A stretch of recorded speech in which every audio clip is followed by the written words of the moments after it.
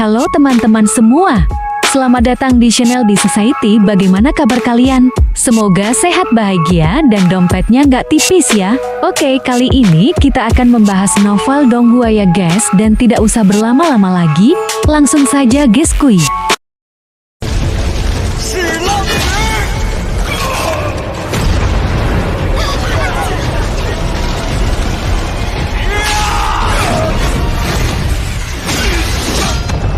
Han Li duduk bersila di ruang meditasi di lantai 2 bangunan. Matanya terpejam rapat dan cahaya biru mengalir dari tubuhnya. Dengan tangan membentuk gestur mantra yang aneh, sebuah bola api ungu sebesar telur melayang dari telapak tangannya bergetar lembut tanpa henti. Api iblis ini adalah sesuatu yang diciptakan Han Li dari api es surgawi dan ki es dari kelabang beku bersayap 6.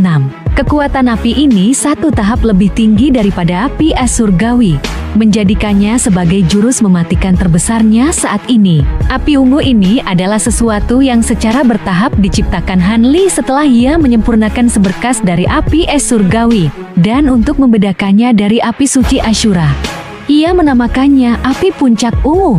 Ia yakin bahwa jika api ini mengenai tubuh bahkan seorang kultivator jiwa baru lahir tahap akhir, mereka pasti tidak akan bisa menahannya. Adapun apakah api ini benar-benar bisa membunuh mereka, itu adalah hal yang tidak bisa dipastikan. Namun, sayangnya meskipun kekuatan api ini tak terbayangkan, ia terbatas pada jumlah api es surgawi yang bisa ia olah. Jika ia berhasil mengumpulkan beberapa kali lipat dari jumlah yang dimilikinya saat ini, mungkin ia akan mampu bersaing secara terbuka melawan kultivator jiwa baru lahir tahap akhir. Han Li mendengar Silver Moon mengklik lidahnya dengan kagum di belakang pikirannya. Selamat, Master. Sepertinya aku meremehkan api puncak ungu. Mereka tampak jauh lebih kuat dan akan ada potensi yang lebih besar di masa depan. Ia hanya tersenyum diam sebagai balasan dan mengambil napas, mengubah api puncak ungu menjadi seberkas api dan menghirupnya ke dalam tubuhnya. Ia kemudian melepaskan gestur mantra yang dipegangnya dan menghentikan pemanggilannya. Han Li membuka matanya dan perlahan berkata, meskipun api puncak ungu sangat kuat, jumlahnya masih terlalu sedikit untuk digunakan secara andal. Yang paling aku harapkan adalah aku bisa membuka kuali kehampaan surgawi. Jika apa yang kau katakan tentang itu sebagai harta roh ilahi itu benar, aku akan bisa menguasai seluruh selatan surgawi dengan itu di tangan, dan mencapai tingkat kekuatan di mana aku tidak perlu khawatir. Silver Moon tertawa manis dan dengan percaya diri berkata, jangan khawatir, Master. Kuali kehampaan surgawi sekuat atau bahkan lebih kuat dari yang aku katakan. Han Li mengangguk dan berpikir untuk mengatakan sesuatu yang lain ketika seberkas cahaya putih tiba-tiba melesat masuk ke dalam ruangannya. Suara jelas Yingning tiba-tiba menggema di udara. Saudara bela diri Senior Han, cepatlah ke aula utama. Senior Ma telah kembali dan Maulan akan segera tiba. Setelah itu, seberkas cahaya putih itu melesat kembali keluar. Dengan ekspresi muram di wajahnya, kilatan dingin bersinar di matanya saat ia terbang keluar. Ketika Han Li tiba di aula utama, Gu Shuangpu, orang tua Ma, dan pria botak besar sudah hadir, bersama dengan seorang kultivator berbaju bordir yang membungkuk dengan wajah pucat. Ia sedang berjalan bersama yang lainnya. Adapun kultivator formasi inti, ada 2 tambahan yang tidak dikenal dari 4 sebelumnya. Mereka saat ini berdiri di sisi dengan ekspresi serius. Namun ketika Yingning melihat Han Li masuk, ia tersenyum manis padanya. Pria botak besar itu memaksakan senyuman dan berbicara dengan nada santai yang dibuat-buat. Rekan Daoist Han telah tiba. Izinkan aku memperkenalkan. Ini adalah rekan Daoist Bu Yone, yang bertanggung jawab atas lembah teras langit. Rekan Daoist Bu, ini adalah rekan Daoist Han dari sekte awan berkabut. Ketika Han Li melihat ini, suasananya menjadi suram. Sepertinya situasinya lebih buruk dari yang ia bayangkan. Dengan ekspresi ramah, Han Li dengan sopan berkata, aku telah lama mendengar tentang reputasi besar rekan Daoist Bu dari saudara Lu. Aku mengagumi kau yang dapat selamat dengan aman. Sudah diberitahu tentang Han Li oleh yang lain, Kultivator yang bernama Bu itu tidak menunjukkan rasa terkejut atas kemunculannya. Sebaliknya, Bu Yunke tersenyum pahit dan berkata, "Aku telah membuat penampilan yang menyedihkan dan telah mendapatkan ejekan dari rekan Daoist Han. Hanya berkat bantuan rekan Daoist Ma, aku bisa melarikan diri dari bahaya." Ia kemudian menoleh ke arah orang tua Ma dengan ekspresi penuh rasa syukur. Orang tua itu tertawa, "Itu hanya usaha kecil. Namun, para pengejar mundur sebelum aku sempat menguji harta kuno milikku. Itu cukup mengecewakan." Dengan wajah cemas, Bu Yunhe berkata, "Harta kuno rekan Daoist benar-benar memiliki kekuatan yang luar biasa. Para pejuang sihir yang mengejar tentu tidak ingin bertemu denganmu karena mereka merasa tidak yakin akan kemenangan mereka. Namun, harus dikatakan bahwa invasi Maulen saat ini jauh berbeda dari yang di masa lalu.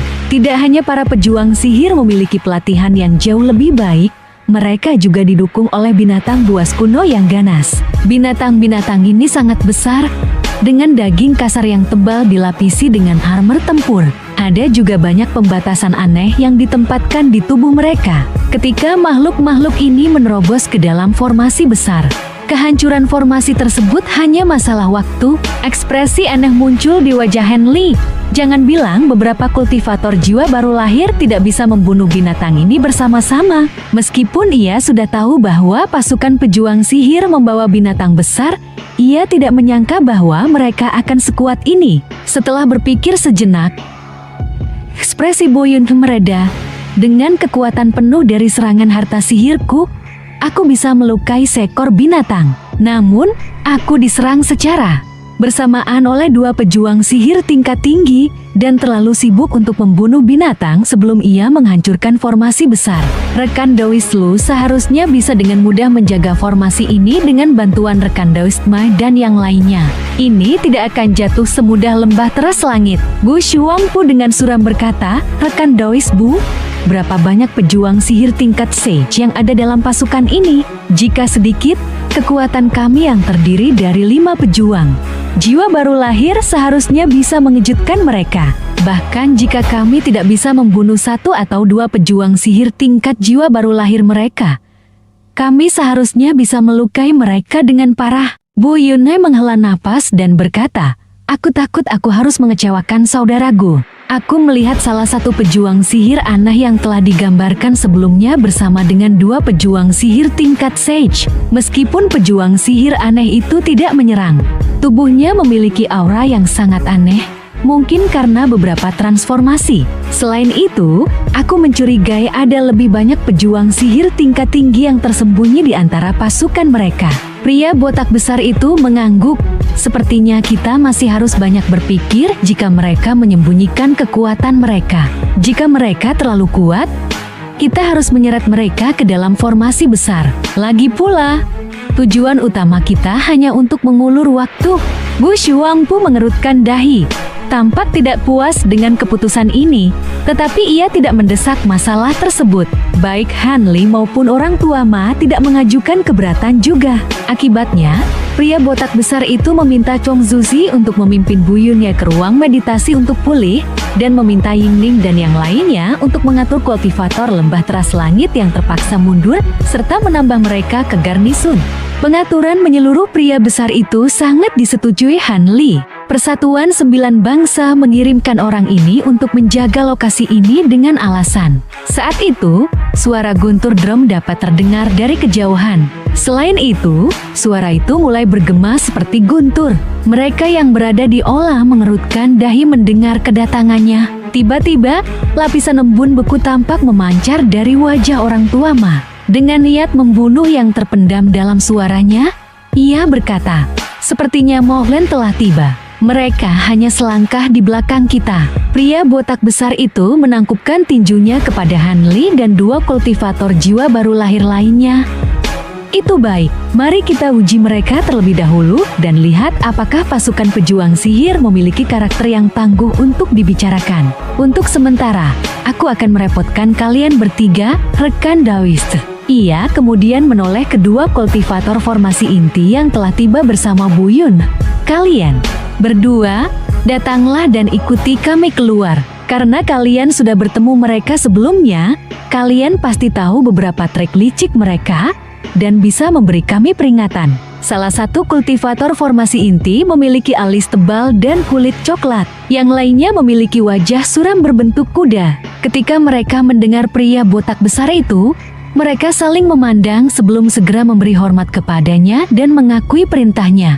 Han Li kemudian menoleh ke arah bunyi drum yang berdetak dan menatap kosong ke kejauhan. Di selatan pegunungan naga kuning, sejumlah besar pejuang sihir momen mendekat. Mereka memenuhi cakrawala dengan titik-titik dalam susunan yang teratur saat mereka terbang di atas kabut hijau di bawah mereka. Di bagian depan pasukan pejuang sihir, ada lebih dari selusin orang berdiri berdampingan.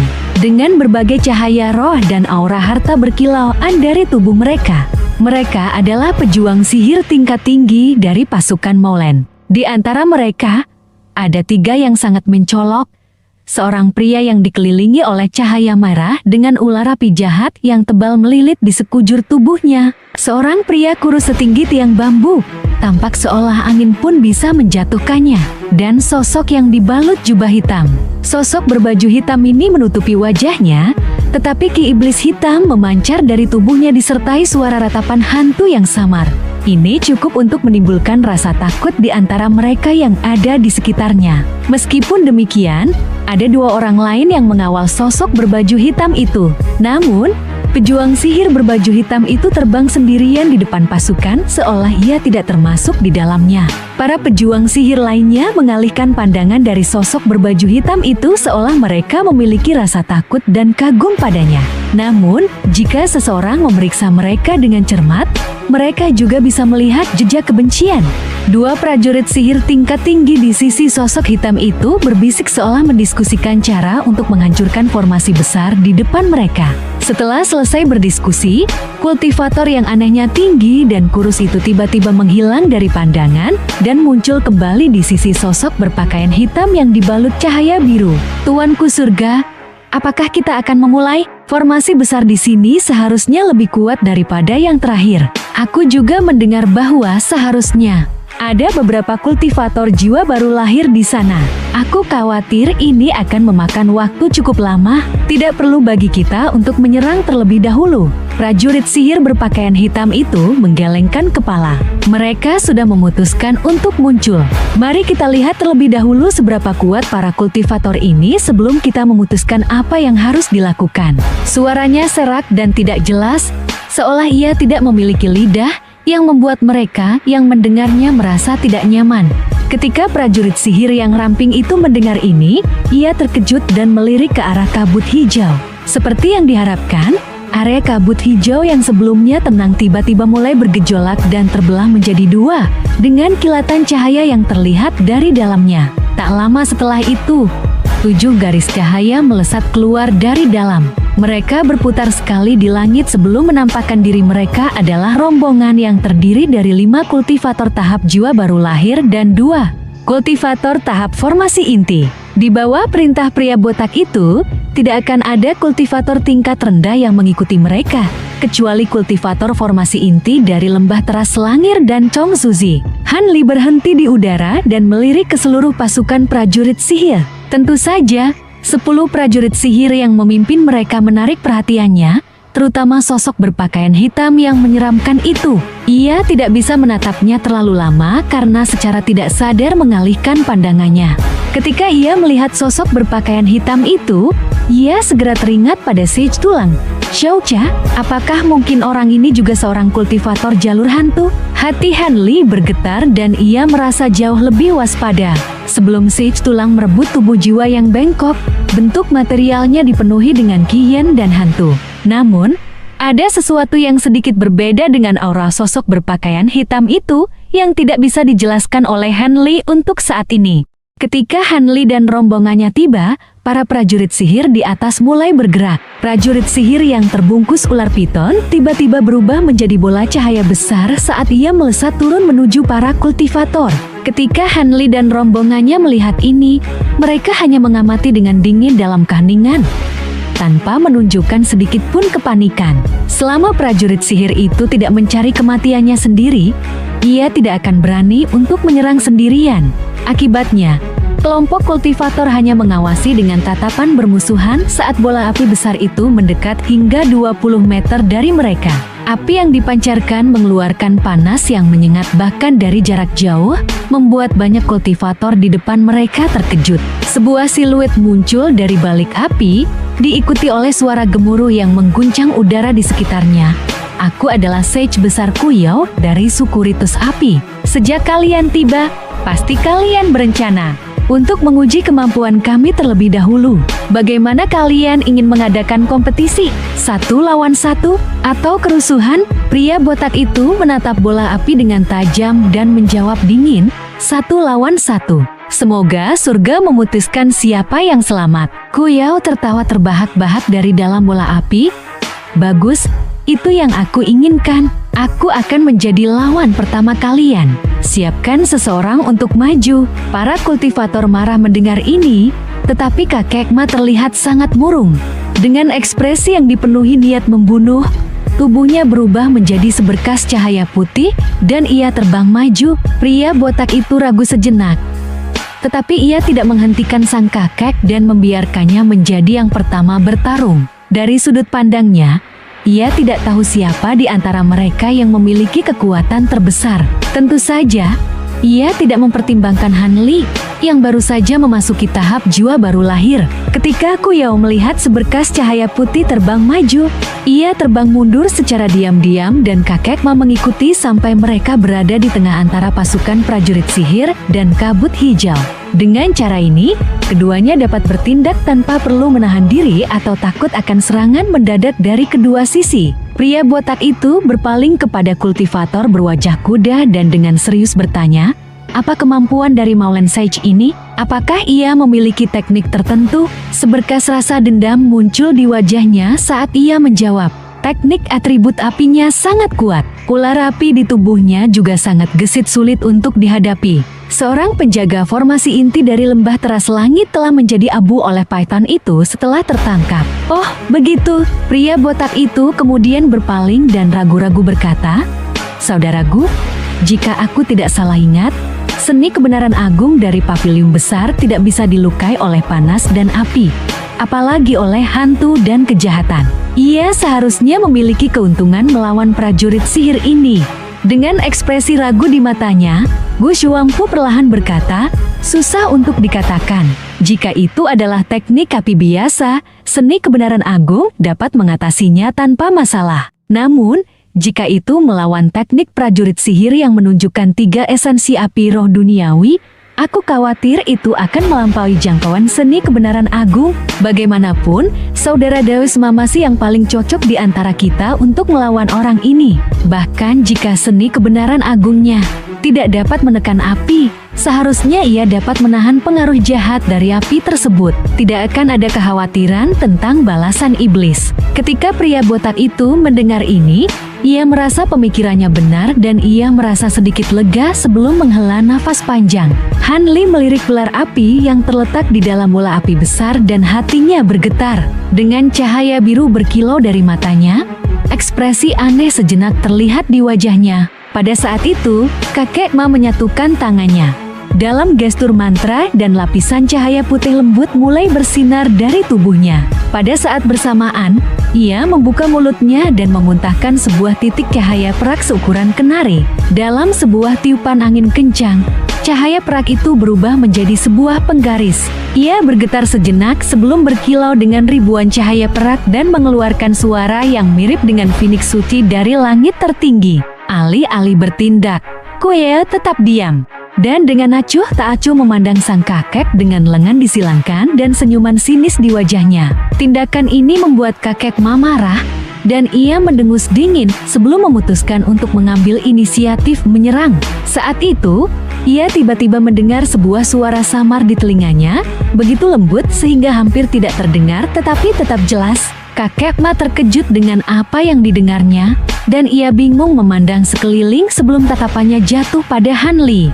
Han Li tersenyum lembut kepada sang kakek sebagai tanggapan. Dengan rasa takjub dan keraguan di benaknya, Ia mengalihkan pandangannya kembali kepada Kuyao dan ekspresinya menjadi suram.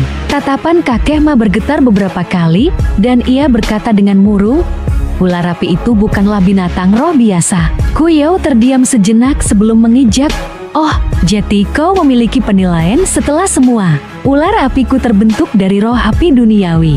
Itu tidak dapat dibandingkan dengan binatang roh sama sekali."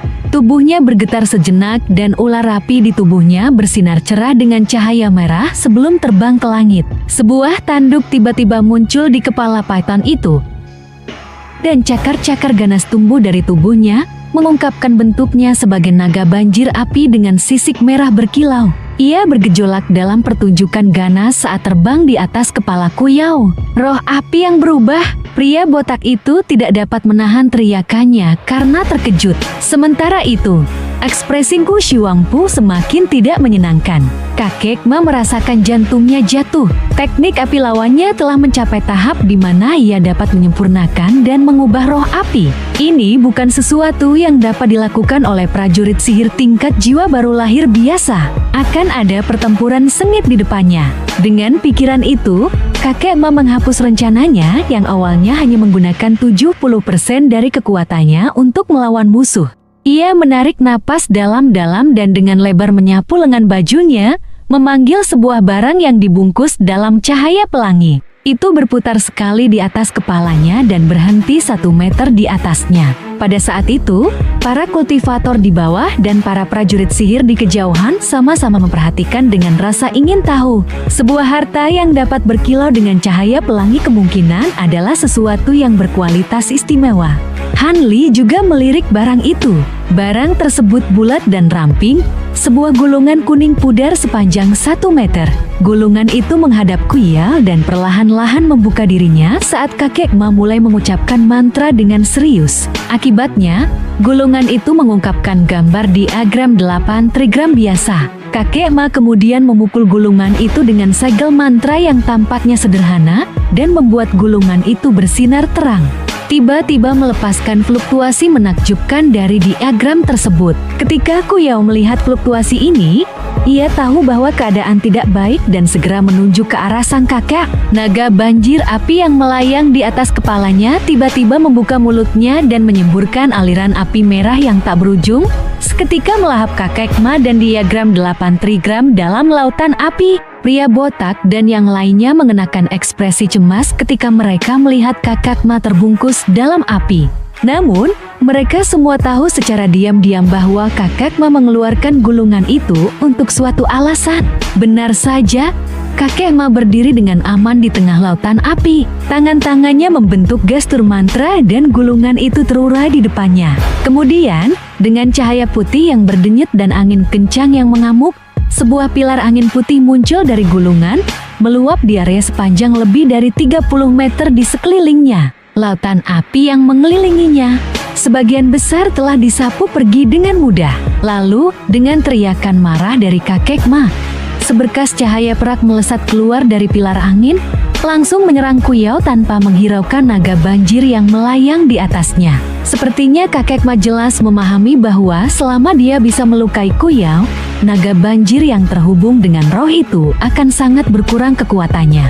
Menyunggingkan sudut bibirnya, Kuyao melambaikan tangannya, melepaskan sebuah sabit terbang transparan yang bersinar dengan cahaya merah cerah dari telapak tangannya. Sabit itu segera bergerak untuk memblokir seberkas cahaya perak dan bertabrakan di udara, menghasilkan bentrokan yang setara saat cahaya merah dan perak saling berjalin. Ketika Kuyao melihat ini, kilatan dingin muncul di matanya. Dengan membalikan tangannya, ia memanggil 2 bendera merah seukuran inci ke dalam genggamannya sebelum melemparkannya ke udara. Dalam sekejap angin, bendera-bendera itu segera tumbuh menjadi setinggi 3 meter. Mengikuti mantra samar dari Kuyao, cahaya merah tiba-tiba bersinar dari bendera-bendera itu dan 2 pilar api tebal meletus, berkumpul di tanduk naga banjir menghasilkan awan api lemah yang besar di dekatnya. Pergi, Kuyao menghentikan mantra dan menghembuskan kabut kimera ke arah naga banjir di atasnya. Dengan semangat yang menggebu, naga banjir mengaum dengan sukacita. Sebelum menerjang ke dalam awan api, mengubahnya menjadi merah dan membuatnya berputar. Namun, segera, itu mulai menyusut dengan cepat. Di bawah, Han Li menyipitkan matanya melihat pemandangan ini dengan pupil yang bersinar biru.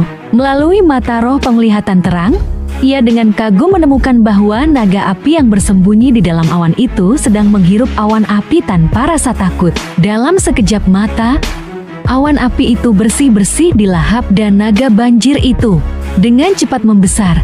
Tingginya mencapai lebih dari 30 meter.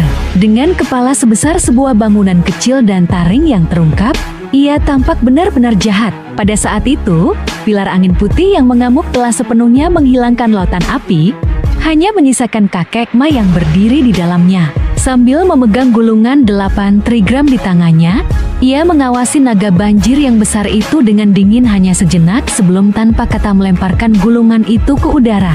Gulungan itu kemudian melesat ke langit dalam seberkas cahaya pelangi dan segera menghilang ke langit di atas, seolah-olah mencoba mencapai jarak terjauh. Ku Yao terbelalak dalam keheranan. Dalam keraguannya, ia tiba-tiba merasakan serangkaian fluktuasi ki spiritual yang aneh dari atasnya. Serpihan cahaya pelangi kemudian mulai bersinar turun dari langit, memperlihatkan formasi 8 trigram seluas 100 meter yang sepenuhnya terbungkus dalam cahaya pelangi.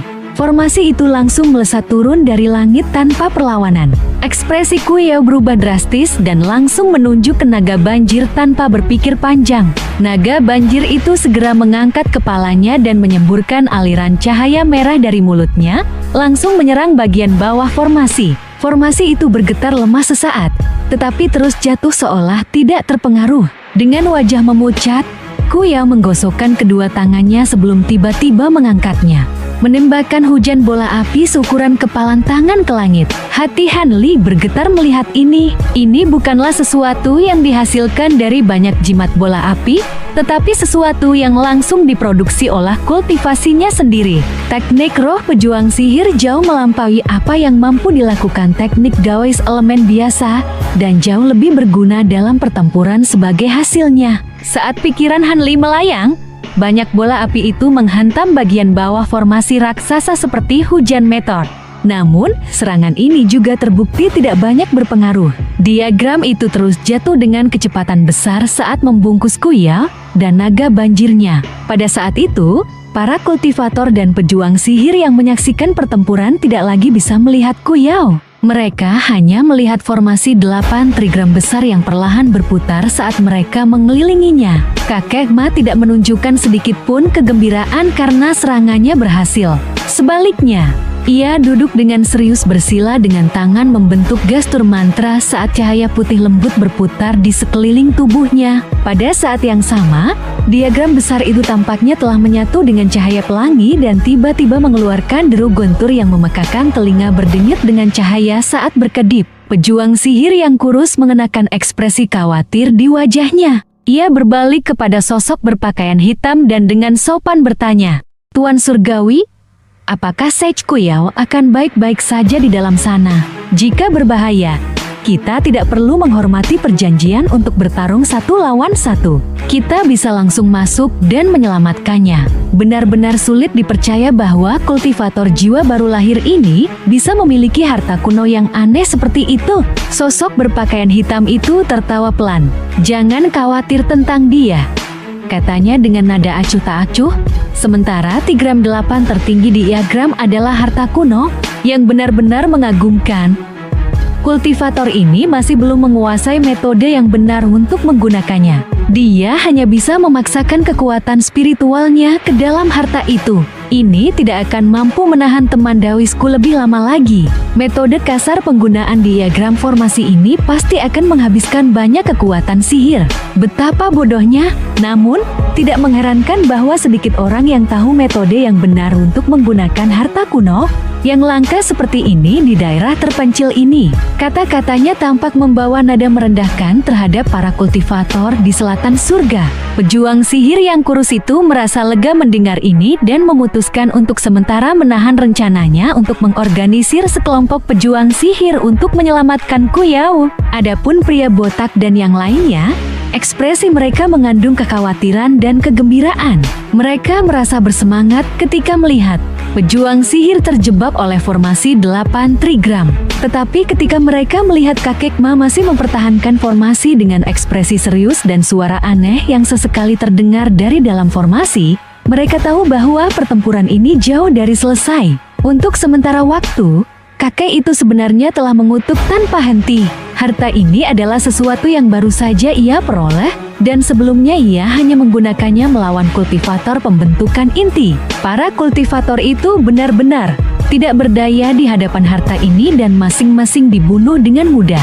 Namun, pejuang sihir ini mampu untuk sementara menghalangi diagram melalui serangan yang dilakukannya sendiri bersama dengan serangan ganas naga apinya yang tak henti-hentinya. Menstabilkan gangguan yang disebabkan oleh serangan-serangan ini telah menguras banyak kekuatan spiritual dari diagram formasi. Pertarungan di udara menjadi tenang untuk saat ini. Selain suara ledakan lembut yang terdengar dari dalam diagram formasi, hanya ada keheningan. Kekhawatiran semakin jelas terlihat di wajah para kultivator selatan surga. Han Li adalah satu-satunya yang masih mempertahankan ekspresi tenang saat ia menyaksikan pertempuran berlangsung. Silver Moon mengerutkan bibirnya dari belakang pikiran Han Li dengan penuh kekecewaan. Teman Dawisma benar-benar memaksakan harta itu dengan menggunakan diagram 8 trigram tertinggi dengan cara ini. Harta kuno itu tidak kalah dengan awan ungu. Dengan ekspresi tenang, Han Li bertanya dalam hati, diagram 8 trigram tertinggi. Kau tahu tentang harta kuno ini? Tentu saja, Silver Moon segera menjawab, itu adalah harta kuno yang terkenal di masa lalu. Namun, tampaknya harta ini berkualitas buruk. Jika tidak, pejuang sihir itu seharusnya sudah mati, meskipun penggunaan harta ini yang tidak dimengerti oleh kakek itu. Jika itu adalah diagram 8 trigram tertinggi berkualitas tinggi, konsumsi kekuatan sihirnya tidak akan sebesar ini. Setelah sedikit ragu, Han Li bertanya, jika diagram berkualitas buruk bisa menunjukkan kekuatan sebanyak ini, lalu apa yang bisa dilakukan oleh diagram berkualitas baik? Ketika kau mengatakan bahwa awan ungu tidak kalah dengan harta ini, apakah mungkin ada metode rahasia yang harus digunakan untuk mengeluarkan kekuatan penuhnya? Silver Moon tersenyum dan menjawab, awan ungu tidak serumit itu untuk digunakan. Kau cukup perlu menuangkan kekuatan spiritual ke dalamnya dan menggunakannya. Selain itu, api sejati matahari Giok hanya membutuhkan beberapa kali percobaan sebelum benar-benar dikuasai. Ketika Han Li mendengar ini, ia terdiam. Pandangannya kemudian beralih kembali ke langit dan ia mengernyit, berpikir, tidak baik. Sebuah ledakan besar mengguncang udara, dan diagram 8 trigram tiba-tiba terdistorsi. Tak terhitung sinar cahaya merah melesat keluar dari diagram, merobek formasi. Saat pemandangan mengejutkan ini terjadi, serangkaian ledakan lain terdengar dari sudut formasi. Sebuah bola api yang mengamuk muncul dan melesat 30 meter ke atas sebelum memudar, mengungkapkan Ku Yao dengan wajah berwarna merah darah saat ia berdiri di atas naga banjir. Naga banjir itu telah kembali ke ukuran 3 meter dari waktu yang tidak diketahui, dan tampak sangat lemah. Di sisi lain, kakek Ma tidak terlihat jauh lebih baik. Wajahnya pucat dan matanya tampak kosong. Namun, kakek itu menggertakkan gigi dan melambaikan tangannya ke arah diagram formasi yang hancur. Dalam seberkas cahaya pelangi, diagram itu melesat kembali ke langit dan jatuh kembali ke tangan kakek itu sebagai sebuah gulungan. Ketika lelaki tua itu melihat bahwa gulungan itu dalam kondisi hancur, wajahnya langsung memucat. Jelas sekali, gulungan itu telah rusak dan tak dapat digunakan lagi. Sayang sekali, sosok berpakaian hitam itu berbicara dengan nada penyesalan. Jika saudara Dawis Ku Yao tidak terburu-buru untuk bebas dan menggunakan vitalitas roh apinya untuk menunda waktu, kekuatan magis kultivator itu pasti akan habis dan dia akan mengambil inisiatif untuk membubarkan diagram formasi. Kultivator yang kurus itu merenung sejenak sebelum ia menyadari bahwa ia setuju dengan pejuang sihir yang berhasil bebas. Wajah tua Ma berubah pucat sakit saat ia menggenggam gulungan itu. Ia dengan cepat menyimpannya di kantong penyimpanannya dan menatap Ku Yao dengan tajam. Ku Yao mendengus sebagai tanggapan dan membuat naga banjir di bawahnya meluap sekali lagi dengan api dan cahaya merah. Pejuang sihir yang kurus tiba-tiba berteriak dari atas, "Sek Ku Yao, berhenti!" Ia kemudian berbalik kepada para kultivator surgawi selatan dan berkata, "Bagaimana jika kita mengakhiri pertarungan ini dengan imbang?" Kekuatan magis keduanya hampir habis. Tidak ada hasil yang baik jika pertarungan ini dilanjutkan. Lelaki botak itu sedikit terkejut mendengar hal ini. Setelah bertukar pandang dengan Gu Shuangpu, ia mengangguk, "Baiklah, mari kita akhiri pertarungan ini." Meskipun Tuama merasa agak menentang keputusan ini, ia tahu bahwa akan sia-sia untuk melanjutkan pertarungan dan terbang kembali tanpa pilihan lain. Kuyou juga merasa suram dengan keputusan ini dan dengan enggan memanggil kembali naga banjirnya sebelum terbang kembali ke barisan pejuang sihir. Tuama kembali ke bawah dan menerima beberapa kata penghiburan dari lelaki botak itu, meredakan ketegangan di wajahnya. Namun pada saat itu, pejuang sihir yang berpakaian hitam dan lelaki tua yang kurus itu sedang berbisik satu sama lain. Akibatnya, sosok berpakaian hitam itu melayang lembut di udara dan tiba di lokasi pertarungan sebelumnya. Ia melirik para kultivator lainnya dengan suram dan sedikit penghinaan tampak di matanya. Dengan suara serak, ia berkata, "Kali ini, kamu akan melawanku, tapi aku akan mengatakan ini terlebih dahulu. Pertarungan ini akan berlangsung sampai salah satu dari kita mati. Jangan bermimpi untuk menghentikan pertarungan ini saat sedang berlangsung." Kata-kata sombong sosok berpakaian hitam itu membuat Gu Shuangpu dan lelaki botak itu marah. Namun, keduanya tidak berani menantang. Mereka sama-sama tahu bahwa dua kultivator jiwa baru lahir telah mati di tangan pejuang sihir yang aneh ini. Karena mereka sangat menghargai hidup mereka, mereka ragu. "Biarkan aku mencobanya," kata Han Li dengan acuh tak acuh. Lelaki botak itu terkejut melihat Han Li mengambil inisiatif untuk bertarung, tetapi segera ia menghela napas lega di dalam hati. Saudara Daois Han ingin pergi, kamu harus berhati-hati. Jika ada yang tidak beres, kami tentu akan datang untuk menyelamatkanmu." Han Li tersenyum dan tidak banyak bicara. Cahaya biru bersinar dari tubuhnya sebelum ia melesat melintasi langit. Dalam sekejap, ia tiba di depan sosok berpakaian hitam itu dan berdiri tanpa ekspresi di udara dengan tangan terlipat di belakang punggungnya. Sosok berpakaian hitam itu mengamati Han Li sejenak sebelum matanya mulai berubah dari hitam menjadi hijau dalam tampilan yang mengerikan. Han Li menyipitkan matanya dan bertanya, "Apakah kau iblis atau hantu? Kau tidak mengira kalau lelaki tua ini adalah manusia?" Sosok berpakaian hitam itu tertawa dingin. Pada saat yang sama, benang-benang hitam Qi mulai melilit tubuhnya. Jeritan hantu segera mulai menggema, diikuti oleh hembusan angin yin. Han Li menarik napas pendek dan dengan tenang berkata, "Jadi kau sebenarnya adalah seorang manusia, tetapi sepertinya kau telah mengembangkan dao iblis atau hantu." Anak muda, kau bicara terlalu banyak omong kosong. Tidak perlu lagi memeriksa aku, karena kau akan segera mati di tanganku. Jangan buang-buang usaha." Setelah berkata demikian, Qi hitam tiba-tiba meluap di sekeliling tubuhnya, hampir menyembunyikannya dari pandangan. "Karena aku tidak punya kesabaran untuk bermain-main denganmu, aku akan mengambil nyawamu sekarang." Lelaki tua berpakaian hitam itu tertawa jahat dan membentuk gerakan mantra dengan tangannya. Tiba-tiba, ia tumbuh menjadi raksasa sekitar 6 meter tingginya. Meskipun pusaran Qi Yin yang mengelilinginya sebagian besar menghalangi pandangan, seseorang bisa samar-samar melihat dua tanduk yang mencuat dari jubahnya dan dua taring juga. Tidak heran banyak kultivator percaya bahwa pejuang sihir yang tidak dikenal ini adalah makhluk aneh yang telah berubah. Mata Han Li bersinar dengan cahaya biru, mengungkapkan penampilan buas raksasa itu. "Apa?" Han Li terkejut oleh penampilan iblis raksasa itu. Penampilannya saat ini persis sama dengan salah satu dari ilusi 6 iblis puncak yang ia temui ketika ia melawan murid Santo Agung 6 Jalur. "Hubungan apa yang kau miliki dengan Santo Agung 6 Jalur?" Raksasa itu tersenyum jahat setelah sejenak terkejut. "Siapa Santo Agung 6 Jalur ini? Jangan berpikir omong kosongmu akan membiarkanmu menunda waktu. Terimalah kematianmu."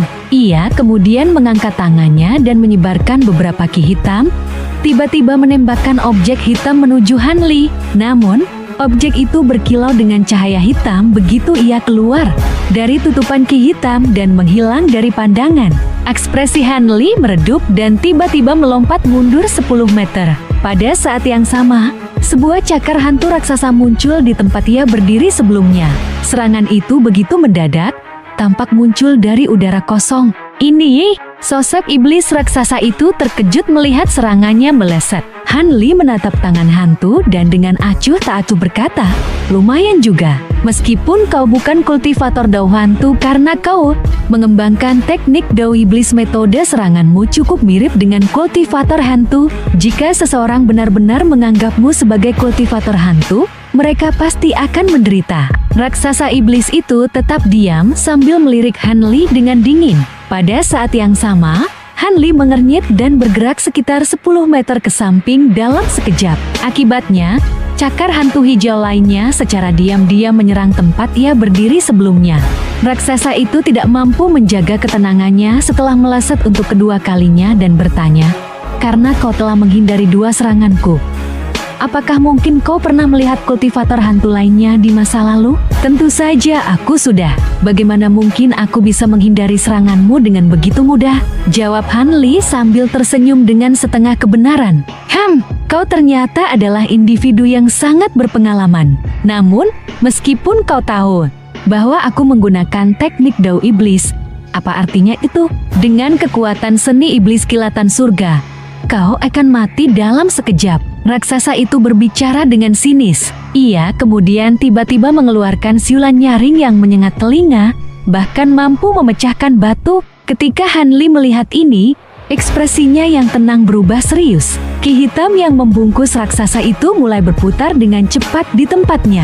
Tak lama kemudian, gelombang ki iblis yang luar biasa tiba-tiba meledak dari udara kosong, dan raksasa itu melesat keluar dari ki hitam, langsung tiba di depan Han Li sambil meninggalkan jejak setelahnya. Dengan sedikit gerakan pada lengannya, badai cakar hitam hijau yang tidak dapat ditembus segera mengelilinginya. Tampaknya ia berniat menggunakan cakarnya untuk memotong Han Li menjadi berkeping-keping. Han Li menarik napas dalam-dalam dan mengenakan ekspresi aneh saat ia tetap di tempat.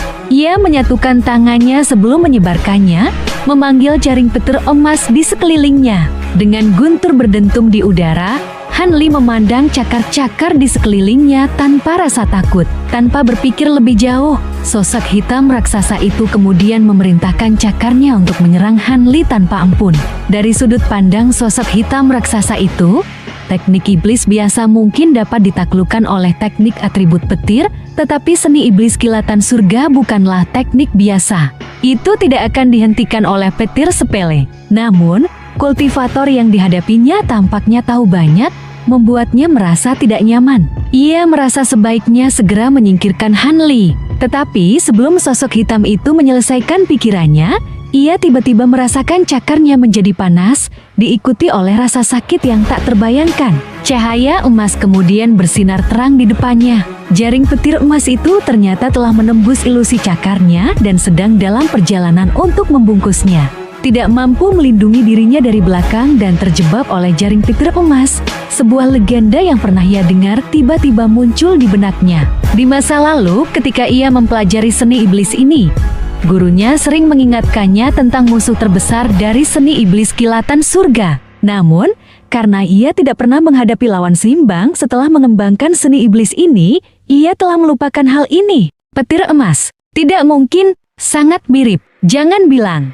Ekspresi sosok hitam itu menjadi tegang sepenuhnya dan hatinya jatuh. Tak mau tinggal diam dalam bahaya yang akan datang, ia segera melolong dan tubuh tingginya tiba-tiba menyusut menjadi seorang kerdil yang hanya setinggi 1 meter, memberinya lebih banyak waktu sebelum jaring emas itu menyerangnya. Dalam waktu yang ia beli itu, bubuhnya yang menyusut tiba-tiba bergetar dalam ukuran sebelum dengan cepat meledak menjadi tak terhitung benang cahaya hitam menyebar ke segala arah.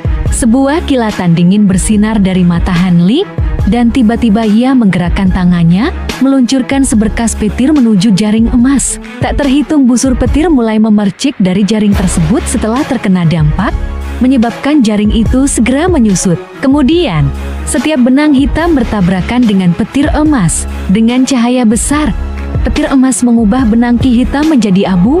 Setiap benang yang terbakar diiringi dengan jeritan yang menyedihkan dan tragis.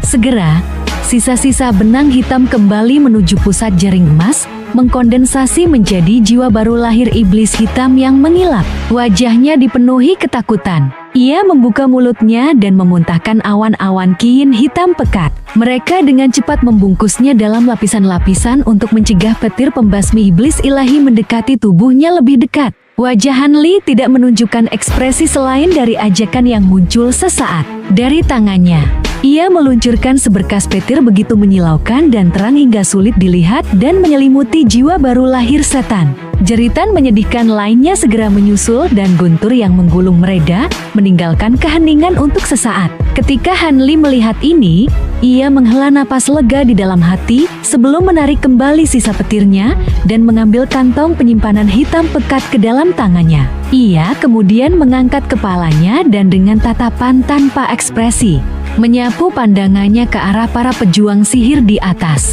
Dengan cahaya biru yang bersinar dari tubuhnya, ia terbang kembali ke arah para kultivator selatan surgawi. Setelah bertukar beberapa kata singkat, Han Li menghabisi lawannya dengan petir pembasmi iblis ilahi dengan kecepatan yang tak terbayangkan. Tidak hanya para kultivator selatan surgawi yang tertegun, para pejuang sihir Maulen juga sepenuhnya terguncang oleh ketidakpercayaan. Sementara para kultivator selatan surgawi tidak mengetahui rincian lebih lanjut tentang sosok berpakaian hitam tersebut, mereka memiliki gambaran umum. Para kultivator misterius ini seharusnya telah tiba di dataran Maulen dari sebuah benua besar. Meskipun mereka tidak tahu mengapa para kultivator ini tiba-tiba muncul di dataran Maulen, mereka mencapai semacam kesepakatan dengan 3 suci ilahi dari suku Maulen. Dan jelas terlihat bahwa para kultivator ini memiliki kemampuan jauh melampaui para kultivator dengan tingkat yang sama sebelum perang yang sebenarnya dimulai. 2 kultivator jiwa baru lahir selatan surgawi telah tawas satu demi satu, menghasilkan kepercayaan dari 2 suci Maulen tersebut. Adapun mengapa sosok berpakaian hitam ikut serta dalam pertempuran kedua, itu karena ia merasa ada terlalu banyak kultivator tahap jiwa baru lahir yang menjaga formasi besar, dan ia merasa lebih baik untuk menghabisi satu terlebih dahulu, sementara ia bisa. Namun siapa yang bisa tahu bahwa pemuda yang tampak biasa ini sebenarnya mampu membunuh sosok berpakaian hitam dengan mudah. Bahkan jiwa baru lahirnya tidak mampu melarikan diri, yang mengejutkan kedua pejuang sihir tersebut. Ketika pejuang sihir yang kurus dan kuyau kembali mendapatkan kejernihan pikiran, mereka saling memandang dengan teror dan ragu sejenak, tidak tahu apakah mereka harus melanjutkan pertempuran atau menghadapi keributan dari para pejuang sihir di belakang mereka. Namun pada saat itu, mereka tiba-tiba mendengar suara samar, hampir tidak terdengar, berbicara di telinga mereka. Mundur untuk sementara waktu, momentum kita sudah mati. Mari kita pertimbangkan rencana kita lebih lanjut besok. Ketika saat itu tiba, formasi itu mungkin sudah. Walaupun kematian surgawi akan merepotkan, aku akan menjelaskan masalah ini secara pribadi kepada suci ilahi. Suara itu terdengar netral, tetapi kata-katanya membawa nuansa perintah yang tak terbantahkan. Pria kurus itu dan kuyau tertegun sejenak mendengar suara tersebut, tetapi mereka segera mematuhi perintah dan mulai memberikan komando kepada para pejuang sihir di bawah mereka. Dengan sedikit gangguan, pasukan itu berbalik dan perlahan mundur. Kedua suci secara alami berada di barisan belakang. Dengan murung mengawasi para kultivator saat mereka mundur, mereka menatap Han Li dengan penuh kebencian sebelum terbang pergi. Gu Shuangpu mengamati pasukan pejuang sihir yang mundur dan ragu bertanya, haruskah kita mengejar mereka? Biarkan saja. Pria botak itu menggelengkan kepalanya dan berkata, meskipun mereka mundur, mereka belum kalah. Jika kita mengejar mereka, kita bisa terjebak. Juga, kita harus menjaga formasi besar. Akan lebih baik jika kita memelihara kekuatan kita dan menunggu waktu. Formasi 1000 suara dari Gunung Naga Kuning. Kami tidak mudah dihancurkan.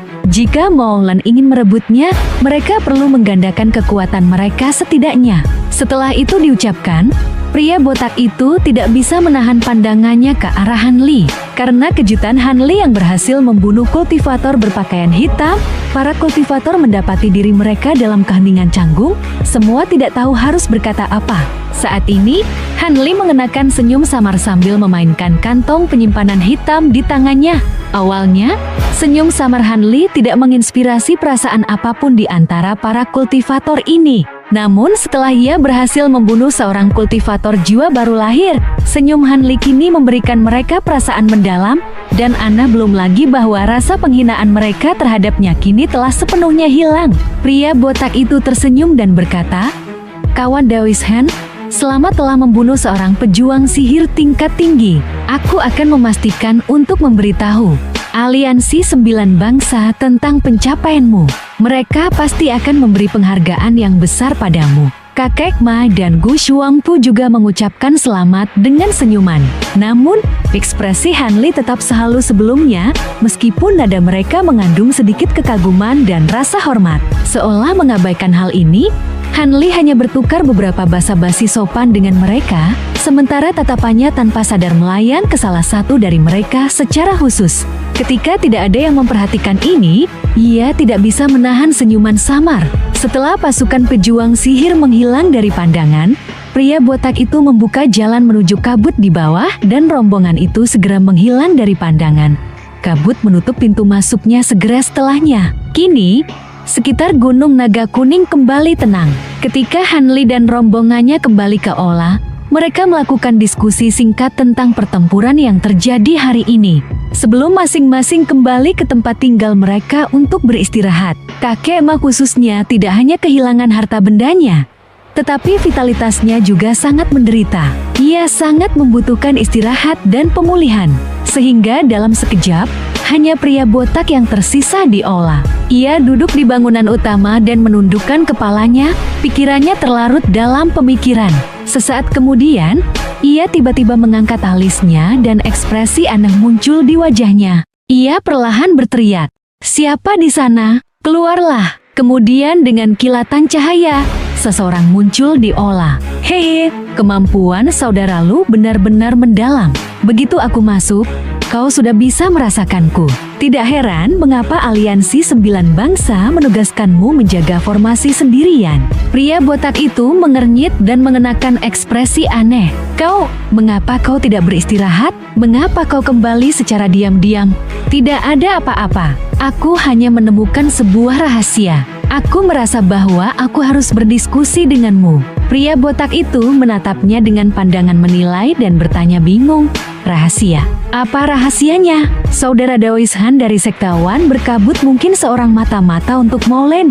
Ia berbicara tanpa ragu dan perlahan melangkah masuk. Pria botak itu tidak bisa menahan tawanya dan wajahnya dipenuhi ketidakpercayaan.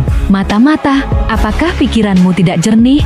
Saudara Daois Han baru saja membunuh seorang pejuang sihir jiwa baru lahir hari ini. Pemikiran itu konyol. Aku tahu saudara Lu mungkin tidak mempercayainya, tetapi aku memiliki bukti. Kau akan tahu bahwa aku berbicara kebenaran." Orang ini menghela napas dan tersenyum pahit sebelum memanggil sebuah selip jiu ke tangannya dengan kilatan cahaya. Ia kemudian melangkah maju dan mendekati pria besar itu.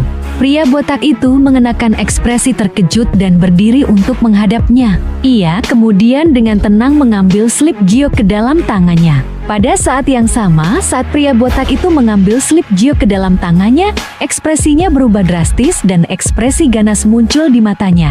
Dalam kilatan cahaya hijau, slip jiu itu tiba-tiba berubah menjadi seekor ular kecil berwarna hijau zamrud. Ia menggigit pergelangan tangan pria botak itu dengan kecepatan kilat. Dengan ekspresi terkejut, ia bahkan tidak sempat berteriak sebelum ia ambruk tak bergerak ke lantai. Wajahnya berubah menjadi hitam violet. Kegembiraan melintas di wajah pria itu dan ia bergumam, "Jade ular berekor kembar benar-benar seberacun yang dibilang.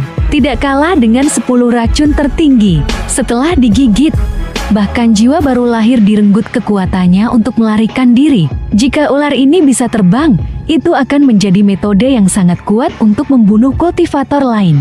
Ia kemudian melangkah maju untuk memeriksa mayat yang perlahan mencair. Ular kecil berwarna hijau gelap itu melepaskan giginya dari mayat dan meluncur pergi, memperlihatkan 2 ekor ramping di punggungnya. Kedua ekornya memukul tanah dan kemudian melompat ke telapak tangan tuanya. Ia melingkar di sekeliling dirinya dan mendesis dengan lidah ungu hitamnya. Matanya bersinar dengan cahaya gelap hijau yang menyeramkan. Pada saat itu, orang ini melambai ringan tangannya dan mengambil kantong penyimpanan mayat ke dalam tangannya. Ia kemudian dengan semangat mencari di dalam kantong penyimpanan dengan indera spiritualnya seolah-olah ia sedang mencari sesuatu yang khusus.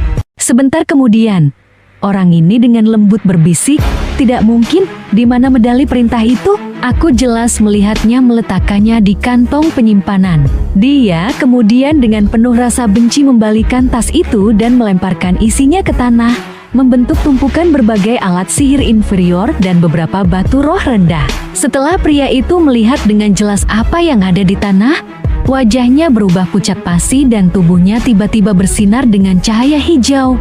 Tanpa sepatah kata pun, dia melesat menuju pintu keluar aula dalam seberkas cahaya. Sebuah desahan panjang bergema di seluruh aula. Tak lama kemudian, cahaya perak berkedip dari setiap dinding, membungkus mereka dalam gelombang cahaya perak dan membentuk penghalang cahaya besar di sekelilingnya. Dengan suara dingin, pria itu melanjutkan tanpa niat untuk berhenti. Dia menampar pinggangnya dan memanggil seekor binatang roh pangolin hitam pekat, menyerang cahaya yang menghalangi jalannya. Dengan suara dentuman yang teredam, binatang roh tersebut terpental oleh penghalang cahaya tanpa ada kerusakan pada penghalang itu. Dalam ketakutannya, pria itu tiba-tiba menggertakkan gigi dan meludahkan sebuah trisula biru dari mulutnya. Dalam sekejap, harta sihir itu menggandakan diri menjadi dua dan bersatu sebagai seberkas cahaya biru besar sebelum menyerang penghalang cahaya. Kemudian dengan ledakan teredam, cahaya biru itu dipantulkan sejauh 10 meter sebelum berputar ke tanah. "Tidak perlu bagi kakak Gu untuk repot-repot seperti itu," suara pria botak bergema di seluruh aula. Karena tempat ini adalah inti dari formasi besar pegunungan naga kuning, adalah hal yang wajar jika dijaga oleh pembatasan yang paling kuat. Jangan berpikir kau bisa pergi. Cahaya biru itu memudar untuk mengungkapkan Gu Shuangpu dari sekte pengendali roh. Namun, wajahnya sangat pucat dan tatapannya suram. Hampir tidak bisa menjaga ketenangannya. "Jadi kau tidak mati? Kau menggunakan boneka daging. Aku pernah mendengar bahwa ada seorang kultivator misterius di antara persatuan 9 bangsa yang mahir dalam memurnikan boneka daging yang identik dengan diri sendiri, di mana seseorang bahkan tidak dapat membedakan orang sebenarnya dari boneka itu. Aku tidak benar-benar mengharapkan ini menjadi kenyataan." Kemudian dalam kilatan cahaya putih, pria botak itu muncul dari dalam aula. Dia melirik Gu Shuangpu dari luar penghalang sebelum mengalihkan pandangannya ke mayat yang hancur di lantai. "Kakak Gu memang tahu banyak tentang urusan persatuan 9 bangsa, seperti yang diharapkan, serta masalah boneka kembaran. Benar, yang kau bunuh adalah boneka mayat yang aku kendalikan. Bahkan seorang kultivator jiwa pemula sepertimu tidak dapat membedakan perbedaannya dari luar." Omong kosong. Jika aku tidak menggunakan indera spiritual untuk memeriksa kembaranmu dengan seksama karena takut terdeteksi, aku pasti tidak akan tertipu. Selain itu, bahkan jika aku dengan teliti membudidayakan ular giok ekor 2 selama beberapa ratus tahun, racun yang sangat ganas itu seharusnya tidak bisa membunuh seorang kultivator jiwa pemula sendirian. Awalnya aku hanya berencana menggunakan ular itu untuk melukai tubuhmu. Tetapi aku secara keliru memperkirakan toksisitas ular itu setelah melihatmu mati dalam satu serangan. Sepertinya aku sudah menjadi angkuh. Gu Shuangpu berbicara dengan ekspresi dingin, tetapi seberkas penyesalan tampak dari matanya. Pria botak itu berkata tanpa emosi, "Hehe, aku meminta sebuah boneka untuk dipurnikan untukku dalam sekejap, dan aku tidak benar-benar berpikir bahwa mayat yang mati akan dipurnikan menjadi mirip denganku. Namun, menghabiskan boneka mayat ini untuk mengetahui bahwa kakakku adalah seorang pengkhianat sangat sepadan dengan batu roh yang dikeluarkan untuk boneka itu." Pipi Gu Shuangpu bergetar dan dia terdiam sejenak. Namun, sesaat kemudian, dia dengan dingin berkata, "Dari nada bicaramu, kau sepertinya tahu bahwa aku akan mencarimu dan sudah menyiapkan pengganti sebelumnya. Apakah mungkin kau telah menemukan sesuatu yang salah setelah aku tiba di pegunungan naga kuning?" Pria botak itu menggelengkan kepala. "Tentu saja tidak. Bagaimana mungkin aku mencurigai seorang tetua dari sekte pengendali roh tanpa alasan yang jelas? Aku hanya diberi peringatan dari orang lain.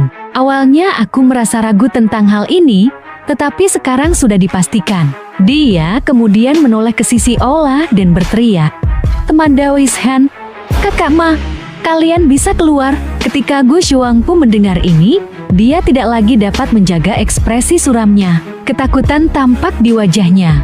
Kemudian dalam kilatan cahaya kuning dari kedua sisi Ola, Han Li yang tenang dan tua Ma yang serius melangkah keluar. Dengan ekspresi kesakitan, pria tua itu berkata dengan penuh kesedihan, "Aku tidak menyangka bahwa teman Daois Gu benar-benar akan melakukan ini. Manfaat apa yang ditawarkan Molen kepadamu sehingga kau melakukan hal yang gila seperti ini?" Gu Shuangpu menatap pria tua itu dan mendengus dingin. "Gila, aku sebenarnya berasal dari suku Molen.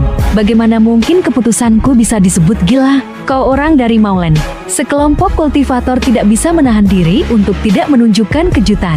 Tentu saja, ekspresi gila muncul di wajah Gu Shuangpu. "Apakah kau percaya bahwa manfaat sudah cukup untuk menarik seorang kultivator jiwa mula sepertiku? Kalian kultivator selatan surgawi seharusnya menyadari betapa langkanya sumber daya budidaya di dataran Molen.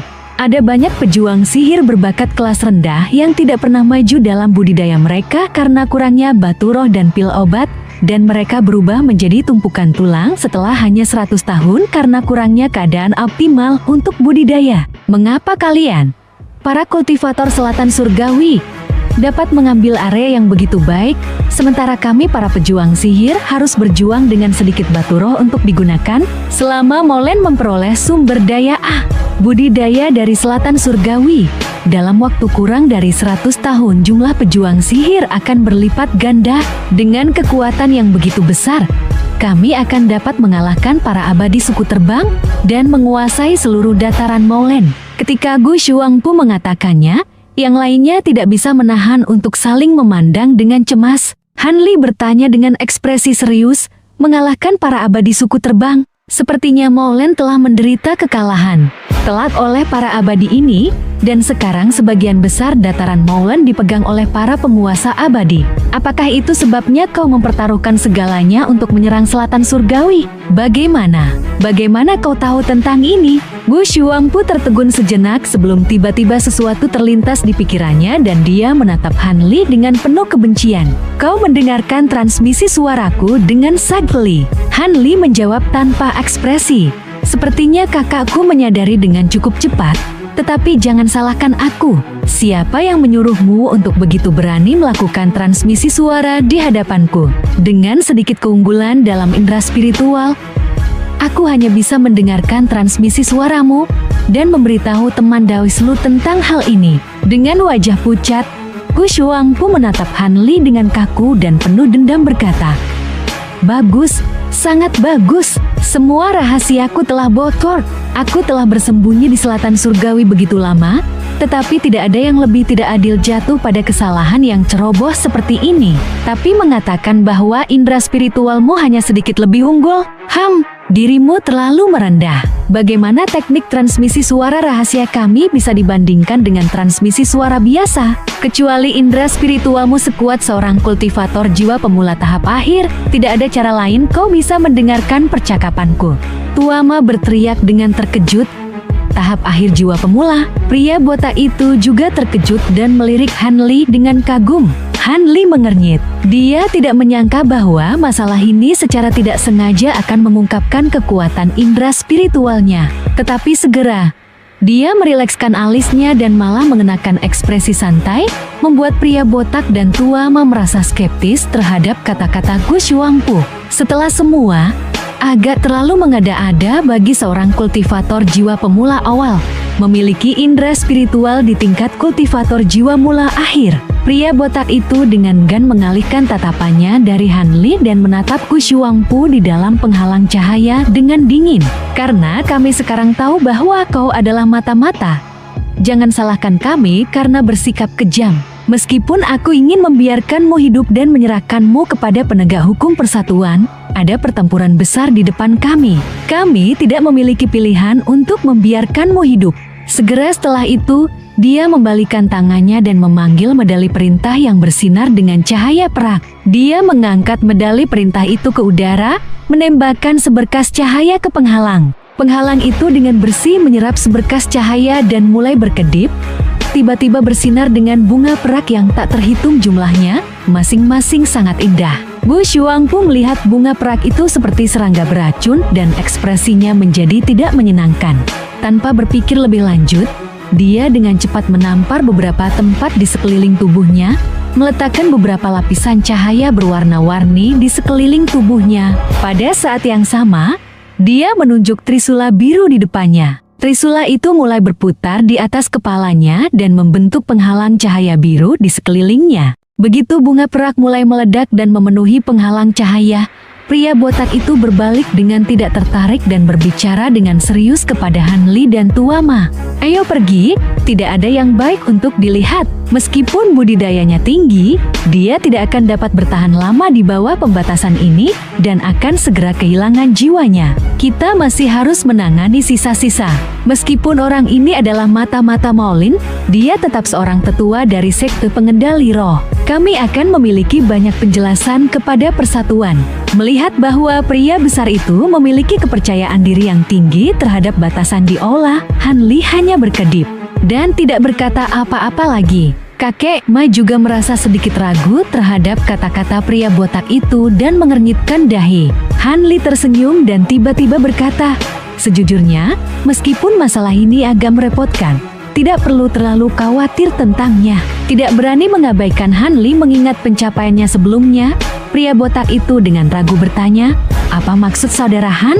Kakek Ma juga menatap Han Li dengan keheranan. Han Li mengusap dagunya dan berkata, "Pemimpin aliansi kita pasti mengetahui sesuatu tentang mata-mata Maulen yang menyusup ke selatan surgawi. Mereka pasti sudah menangkap beberapa di masa lalu. Jadi, selama kultivator tingkat tinggi ini adalah seorang mata-mata, sekte pengendali roh tidak akan dapat berbuat banyak tentang itu, karena kita semua berasal dari aliansi yang berbeda. Sebagian besar kultivator tidak akan berpikir bahwa kita sengaja menjebak Elder sekte pengendali roh.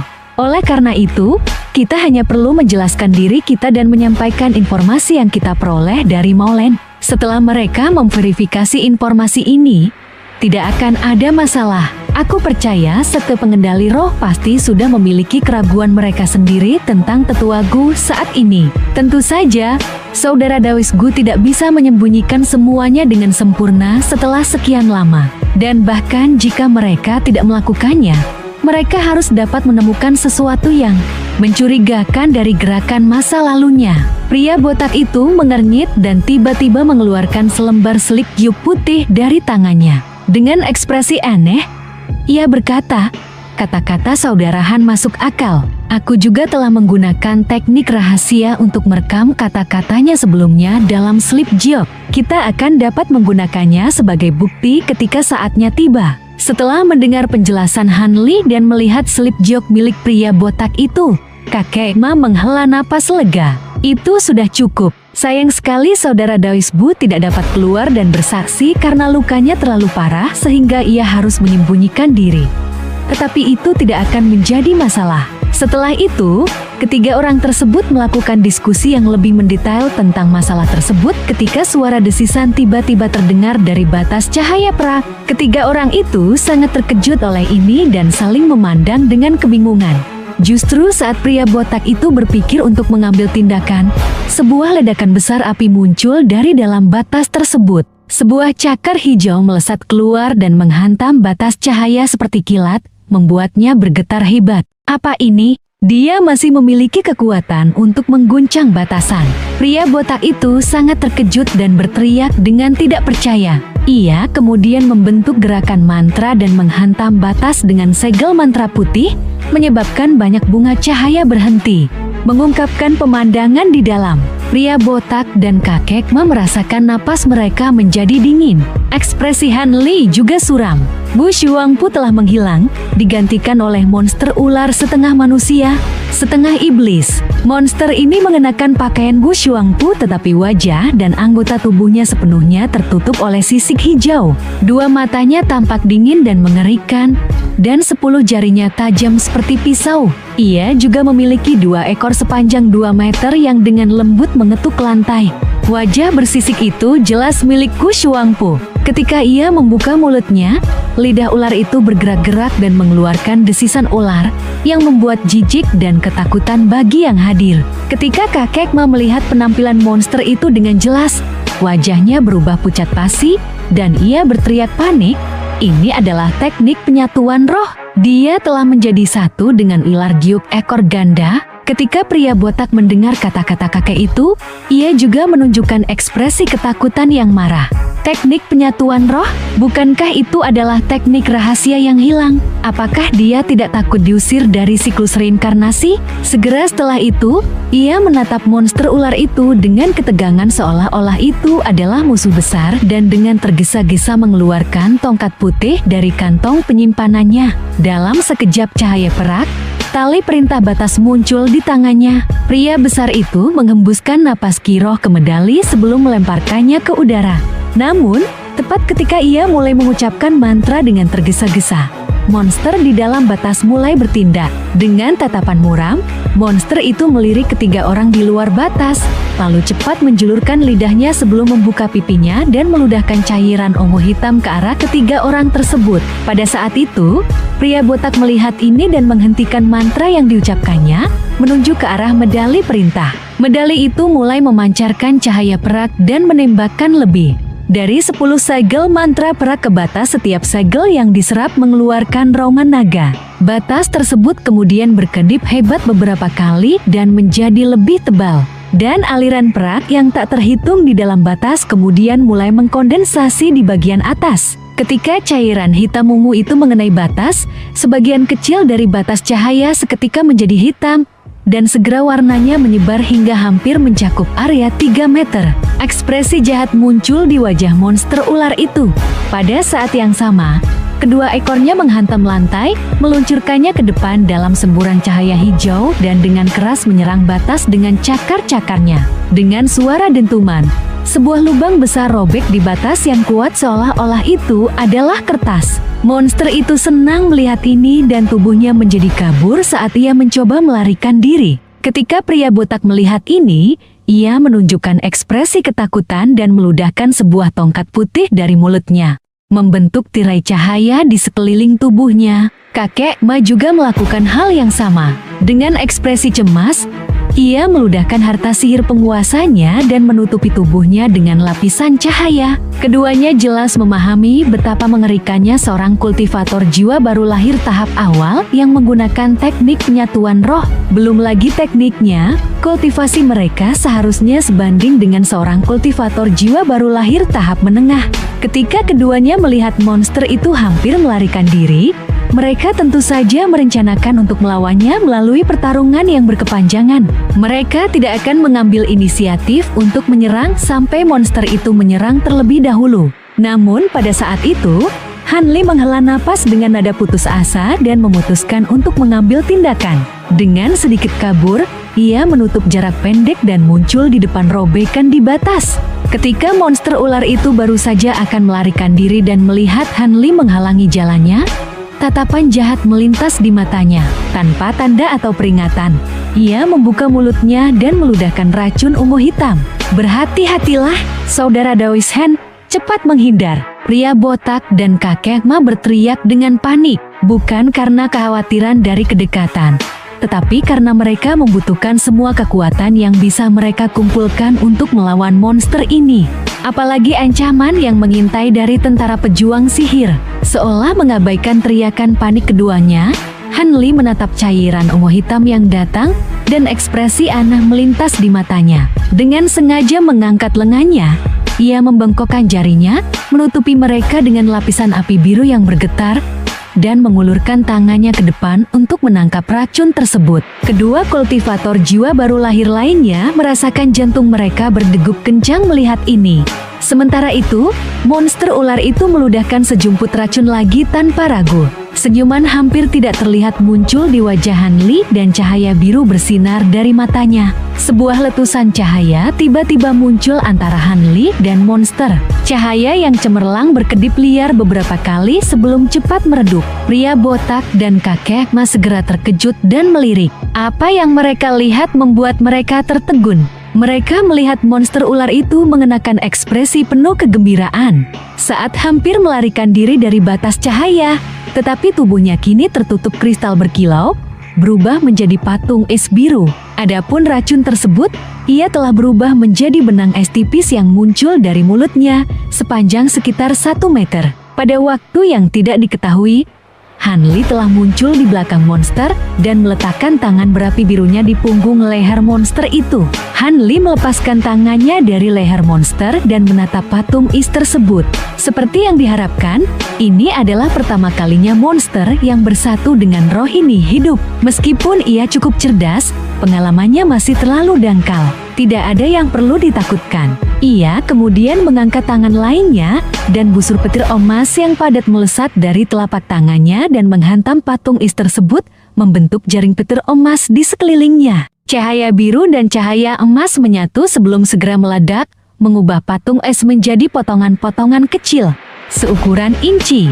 Dengan serpihan cahaya biru memenuhi udara, sebuah objek hitam mongus ukuran kepalan tangan melesat keluar, tetapi ditangkap oleh jaring emas. Jeritan tak manusiawi segera mulai terdengar darinya. Ekspresi serius melintas di wajah Hanli. Ia menutup tangan yang mengeluarkan petir dan menyebabkan jaring tersebut mengencang, merobeknya menjadi cahaya emas yang berkilau dan membuatnya menghilang dari pandangan. Dengan sebuah jeritan, cahaya keemasan mengubah jiwa baru lahir iblis menjadi awan asap yang segera menyebar. Dikatakan bahwa teknik pengering semangat adalah teknik dao iblis kuno yang sangat ganas. Tentu saja, jiwa baru lahir iblis yang dihasilkan darinya juga sangat rentan terhadap petir pembasmi iblis ilahi, dan dengan cepat hancur tidak mampu menggunakan gerakan instan untuk melarikan diri. Di kejauhan, pria botak itu ternganga dan tidak bisa mengumpulkan tenaga untuk membuka mulutnya. Sementara itu, waktu Tuama tampak cukup tenang, tetapi matanya terbelalak dan ia tidak bisa mengeluarkan sepatah kata pun. Hanli sudah memperkirakan bahwa keduanya akan merasa terkejut, dan ia mempertahankan penampilannya yang tenang.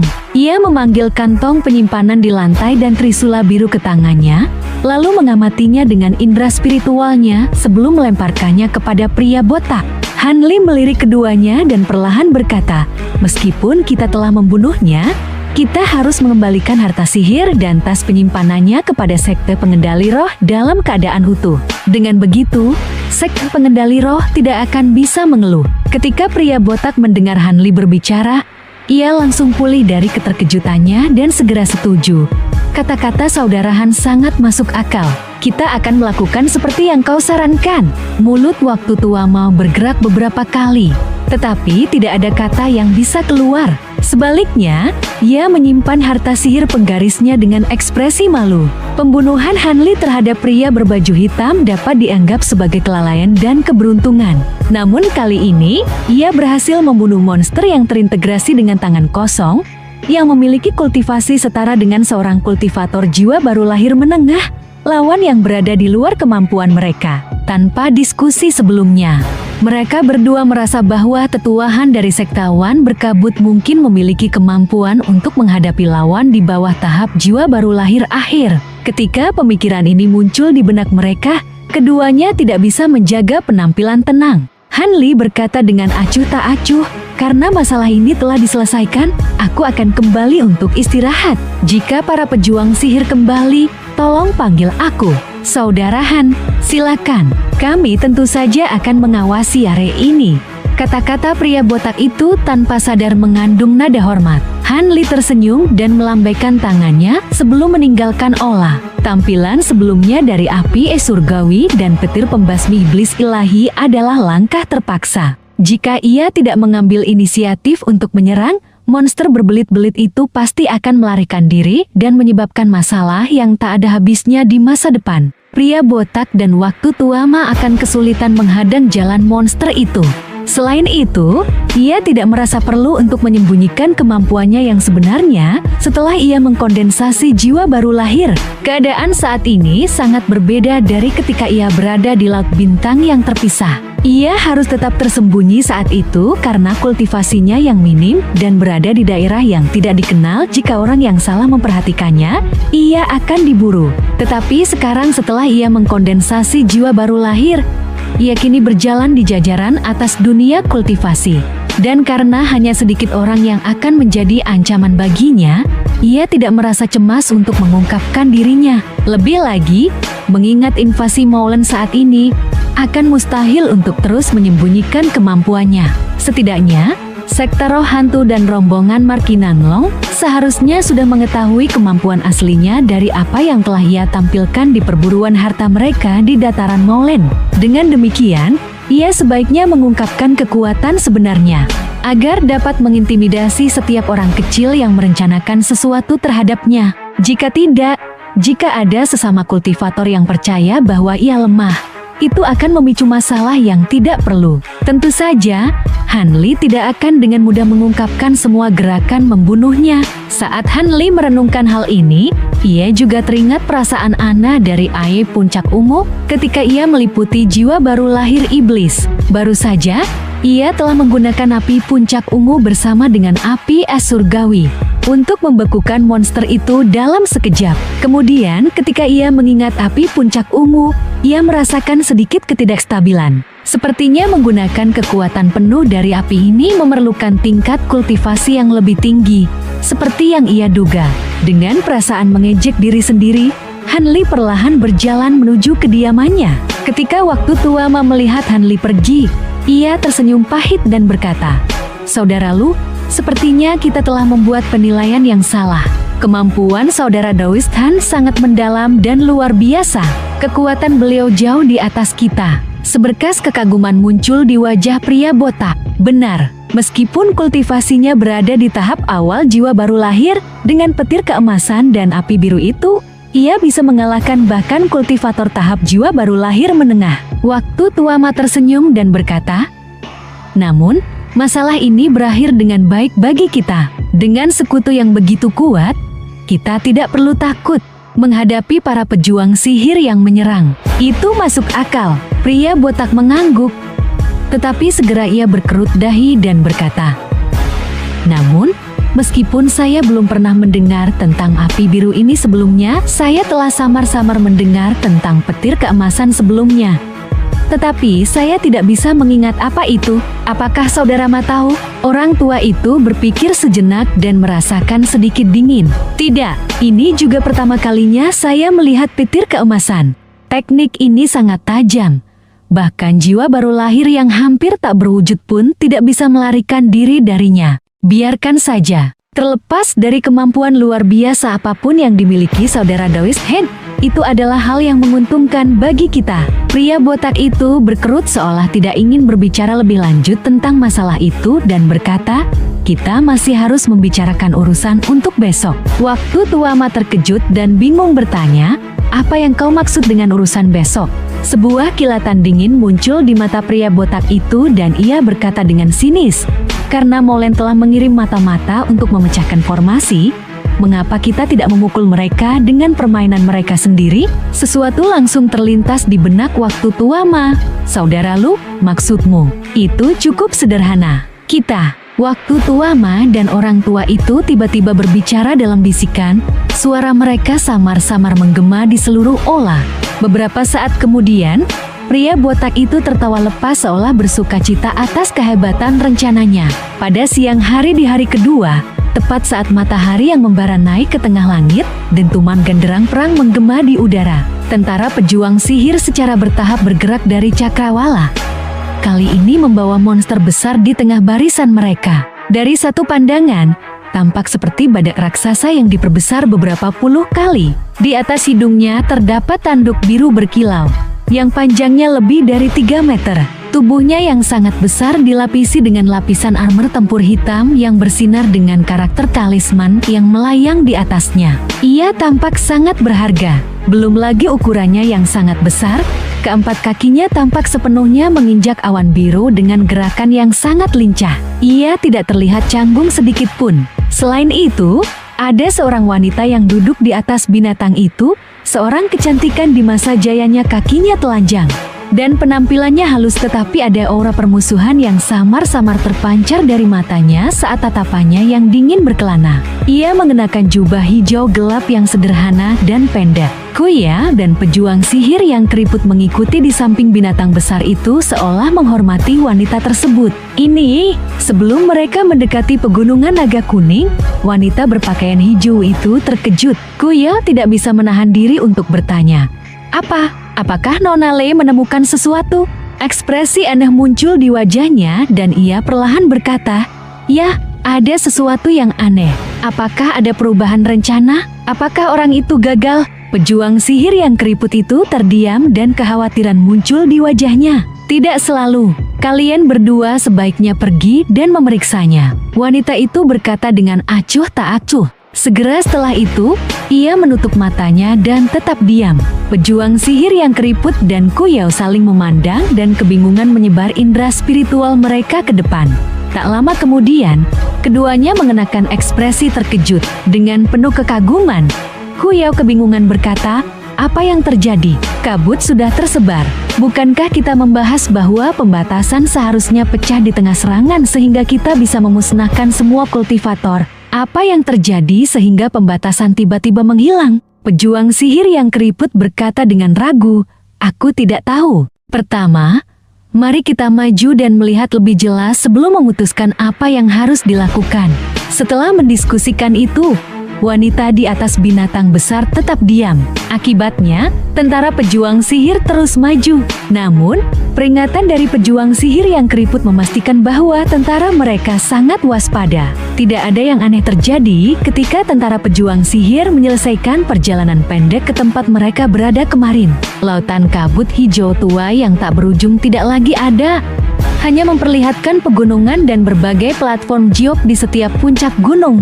Namun, struktur yang halus dan rumit kini hancur dan hangus hitam, dengan beberapa di antaranya mengeluarkan asap. Ditambah dengan kesunyian yang menyelimuti pegunungan dan tidak adanya orang lain, pemandangannya tampak menyedihkan. Tentara pejuang sihir terbagi menjadi dua saat wanita berpakaian hijau perlahan memindahkan binatangnya ke depan. Mereka melirik sosok cantik di atas binatang besar dengan hormat dan tetap diam daripada menunjukkan gelagat gelisah seperti biasa. Kuya dan pejuang sihir yang keriput mengikuti di belakangnya. Wanita itu melirik pemandangan di depannya dengan mata yang cerah dan penuh rasa ingin tahu. Setelah sejenak terdiam, ia menyisir rambutnya dan senyuman dingin muncul di wajahnya. Pejuang sihir yang keriput berkata dengan bingung, "Tidak baik, meskipun kabut telah berhenti, masih ada pembatasan yang menghalangi indera spiritualku untuk melihat lebih jauh." Kuyao berkata dengan bingung, "Benar, apa yang kita lihat saat ini mungkin hanya ilusi. Jika orang itu benar-benar berhasil, ia seharusnya sudah bergabung dengan kita sekarang." Dengan suara dingin, wanita itu berkata, "Jadi kau bermaksud mengatakan bahwa kita akan hanya berdiri di sini dan tidak melakukan apa-apa?" "Tentu saja tidak." Pejuang sihir yang keriput menjelaskan, "Kita hanya perlu lebih berhati-hati. Mungkin orang itu hanya berhasil sebagian dan melarikan diri setelah terpisah. Akibatnya, kultivator lainnya pasti telah meninggalkan tempat ini dan mundur." Wanita berpakaian hijau itu tersenyum dengan sikap acuh tak acuh. Tebakan liar seperti itu tidak ada gunanya. Mengingat tingkat kultivasi musuh, kita memiliki kepastian kemenangan yang sangat tinggi. Namun, kita tidak boleh ceroboh. Sebuah kesalahan perhitungan bisa berujung pada kematian atau penangkapan. Kuyao dengan ragu mengatakan, "Jadi, Seichilei maksudnya?" Wanita itu dengan tenang berkata, "Terlepas dari apakah ini adalah jebakan atau tidak, kita datang untuk menghancurkan formasi. Mari kita bergerak sesuai dengan lokasi awal kita. Akan sangat berharga untuk mengorbankan beberapa orang demi memahami situasi yang sebenarnya. Karena sumber daya terpenting kita adalah waktu. Kami telah mendapatkan informasi bahwa kekuatan lain di selatan surgawi secara bersama-sama mengirimkan bala bantuan. Mereka akan tiba dalam waktu 2 hingga 3 bulan. Kita harus memusatkan kekuatan utama kita menuju kota langit yang melayang untuk mendapatkan kesempatan terbaik merebut kota tersebut. Jika kita membiarkan persatuan 9 negara dan kekuatan lainnya bergabung terlebih dahulu, kita akan kehilangan terlalu banyak kekuatan meskipun kita menang dalam pertempuran melawan mereka." Maka mari kita lakukan seperti yang diusulkan oleh Saikli. Pejuang sihir yang keriput itu ragu sejenak sebelum setuju. Adapun Kuyao, ia tidak terlalu peduli dengan kehidupan para pejuang sihir tingkat rendah dan tidak mengajukan keberatan. Wanita itu mengangguk dan bibirnya bergerak, mengirimkan transmisi suara kepada pihak yang tidak dikenal. Kemudian, hampir 100 pejuang sihir yang berpakaian serupa perlahan maju menuju puncak pegunungan naga kuning di bawah pimpinan seorang pejuang sihir formasi inti. Hampir 100 pejuang sihir itu perlahan-lahan berubah menjadi titik hitam saat mereka melewati area di mana lautan kabut sebelumnya ada menuju gunung. Perjalanan mereka tidak terhalang saat 100 pejuang sihir tiba di puncak gunung tanpa masalah, yang membuat pejuang sihir yang keriput merasa lega. Dengan senyum, ia berkata kepada wanita berpakaian hijau, "Sepertinya area ini benar-benar telah ditinggalkan. Mari kita perintahkan yang lain untuk memulai pencarian. Karena mereka terburu-buru, pasti mereka meninggalkan banyak barang." Wanita itu berkata dingin, "Jangan terburu-buru, lanjutkan pencarian." Pejuang sihir yang keriput terkejut mendengar ini dan tidak berkata apa-apa lagi. Pada saat itu, 100 pejuang sihir telah mulai mencari di sebuah platform geok, serta sebuah bangunan yang setengah terbakar, kadang-kadang menemukan beberapa batu roh dan bahan lainnya. Para pejuang sihir ini berseri-seri saat mereka secara belak-belakan mengambil barang-barang tersebut sebagai milik mereka dan memasukkannya ke dalam kantong penyimpanan masing-masing. Tentara pejuang sihir awalnya terdiri dari berbagai suku Maulen yang berbeda-beda. Selain sumber daya yang diperoleh dari tambang batu roh dan sejenisnya, sisa hasil jarahan dalam perang adalah milik masing-masing. Ketika kekuatan utama di luar melihat ini, mereka mulai gelisah. Mereka sangat iri dengan kesempatan untuk memperoleh jarahan tanpa pertempuran yang mengancam nyawa atau kesulitan. Siapa yang tahu berapa banyak barang bagus yang tersimpan di bangunan-bangunan itu? Tak lama setelah itu, pria keriput dan Kuyao tidak bisa lagi diam. Kuyao dengan ragu berkata, "Saikli, lihat, karena mayoritas pejuang sihir di tentara berasal dari suku mereka, mereka secara alami tidak ingin pejuang sihir dari suku mereka sendiri melewatkan kesempatan ini karena mereka selalu kekurangan bahan kultivasi. Adapun 100 pejuang sihir yang sudah merampok, mereka berasal dari suku kecil yang tidak terlalu kuat. Apa yang sudah mereka kumpulkan seharusnya cukup bagi mereka." Wanita berpakaian hijau tetap acuh tak acuh seolah tidak mendengar mereka. Sebaliknya, ia tanpa sadar menyipitkan mata seolah bingung dengan sesuatu. Ketika Kuyao dan pejuang sihir yang keriput melihat ini, mereka saling memandang ragu dan berhenti berbicara. Setelah waktu yang diperlukan untuk menyelesaikan secangkir teh, 100 pejuang sihir telah menyisir sekitar sepertiga puncak gunung. Saat itu, wanita itu akhirnya berkata, "Kalian berdua masing-masing kirim 100 orang ke area tersebut dan hancurkan sisa-sisa pembatas yang ada. Tidak perlu menyapu seluruh gunung dengan indera spiritualmu. Aku tidak akan membiarkan orang lain masuk ke dalam gunung." "Ya, kami akan melaksanakan perintah Saikli." Dengan senang, keduanya mengirimkan kata kepada murid-murid pribadi mereka di suku masing-masing. Akibatnya, 200 pejuang sihir lagi memasuki puncak gunung dan mulai merampok bangunan-bangunan seperti serigala lapar. Dengan banyak orang ini, kekuatan sihirku tidak akan mampu bertahan. Suara orang tua Ma tiba-tiba memecah keheningan di suatu area pegunungan naga kuning. Pria botak itu menghela napas dengan penyesalan dan berkata, "Sungguh disayangkan bahwa tidak ada Grand Sage Maulen yang memasuki jebakan." Tak lama setelah itu, guncangan mulai mengguncang seluruh puncak gunung. 300 pejuang sihir yang hadir saat ini benar-benar terkejut. Tanpa perintah sedikit pun, mereka menyebar ke segala arah. Adapun 3 kultivator formasi inti yang memimpin masing-masing kelompok, mereka secara alami yang tercepat, melaju 100 meter dalam sekejap. Namun, meskipun mereka mampu meningkatkan kecepatan lebih jauh, mereka tidak akan bisa melarikan diri dari perimeter luas formasi. Cahaya dari segala warna tiba-tiba bersinar dari puncak gunung dan kabut hijau mulai kembali, segera meluncur melalui udara, membungkus area luas di sekitar gunung dalam lautan kabut hijau, sekali lagi dengan Gunung Naga Kuning sebagai pusatnya. Ketika pejuang sihir yang keriput dan Kuyao melihat ini, ekspresi mereka menjadi tidak menyenangkan dan bahkan sedikit pucat. Adapun wanita berpakaian hijau yang menunggang binatang besar, tatapannya tetap dingin seperti biasa serta ekspresinya sayang sekali, katanya dengan nada tanpa emosi. Ini memang jebakan seperti yang diduga. Jika kita tidak memiliki Hu Shuangpu untuk bertindak, mungkin dia bisa tetap tersembunyi dan menunjukkan efek yang lebih besar. Kuyao mengepal kedua tangannya dan menatap ke dalam kabut. Pejuang sihir formasi inti yang dia kirim ke dalam adalah keturunan langsung yang sangat dia favoritkan. Tidak menyangka bahwa dia akan terjebak dalam jebakan. Dia merasa cemas dan ingin menyelamatkannya. Dengan mata yang menyala, dia berkata, "Sakli, mereka yang di dalam." Wanita berpakaian hijau melirik Kuyao dan dengan acuh tak acuh berkata, "Jangan buang-buang napasmu." Dengan kemampuan para kultivator jiwa baru lahir itu, menghadapi kultivator formasi inti akan sangat mudah. Mereka kemungkinan sudah mati. Setelah ekspresinya bergetar, dia mengenakan ekspresi garang dan berkata, "Jika begitu, Sakli, biarkan aku memimpin serangan untuk menghancurkan formasi. Aku mampu melepaskan esensi roh apiku dan menghancurkan formasi dalam satu napas. Setelah itu, mari kita bakar sisa-sisa para kultivator di dalam." Wanita itu mengangkat alisnya dan berkata, "Esensi roh apimu, itu baik, karena kau sudah memutuskan. Aku akan membiarkan badak raksasa menemanimu. Namun, sebaiknya kau simpan esensi roh apimu dan gunakan pada saat yang krusial. Kita juga harus sangat memperhatikan pemuda yang membunuh Tuan Surgawi.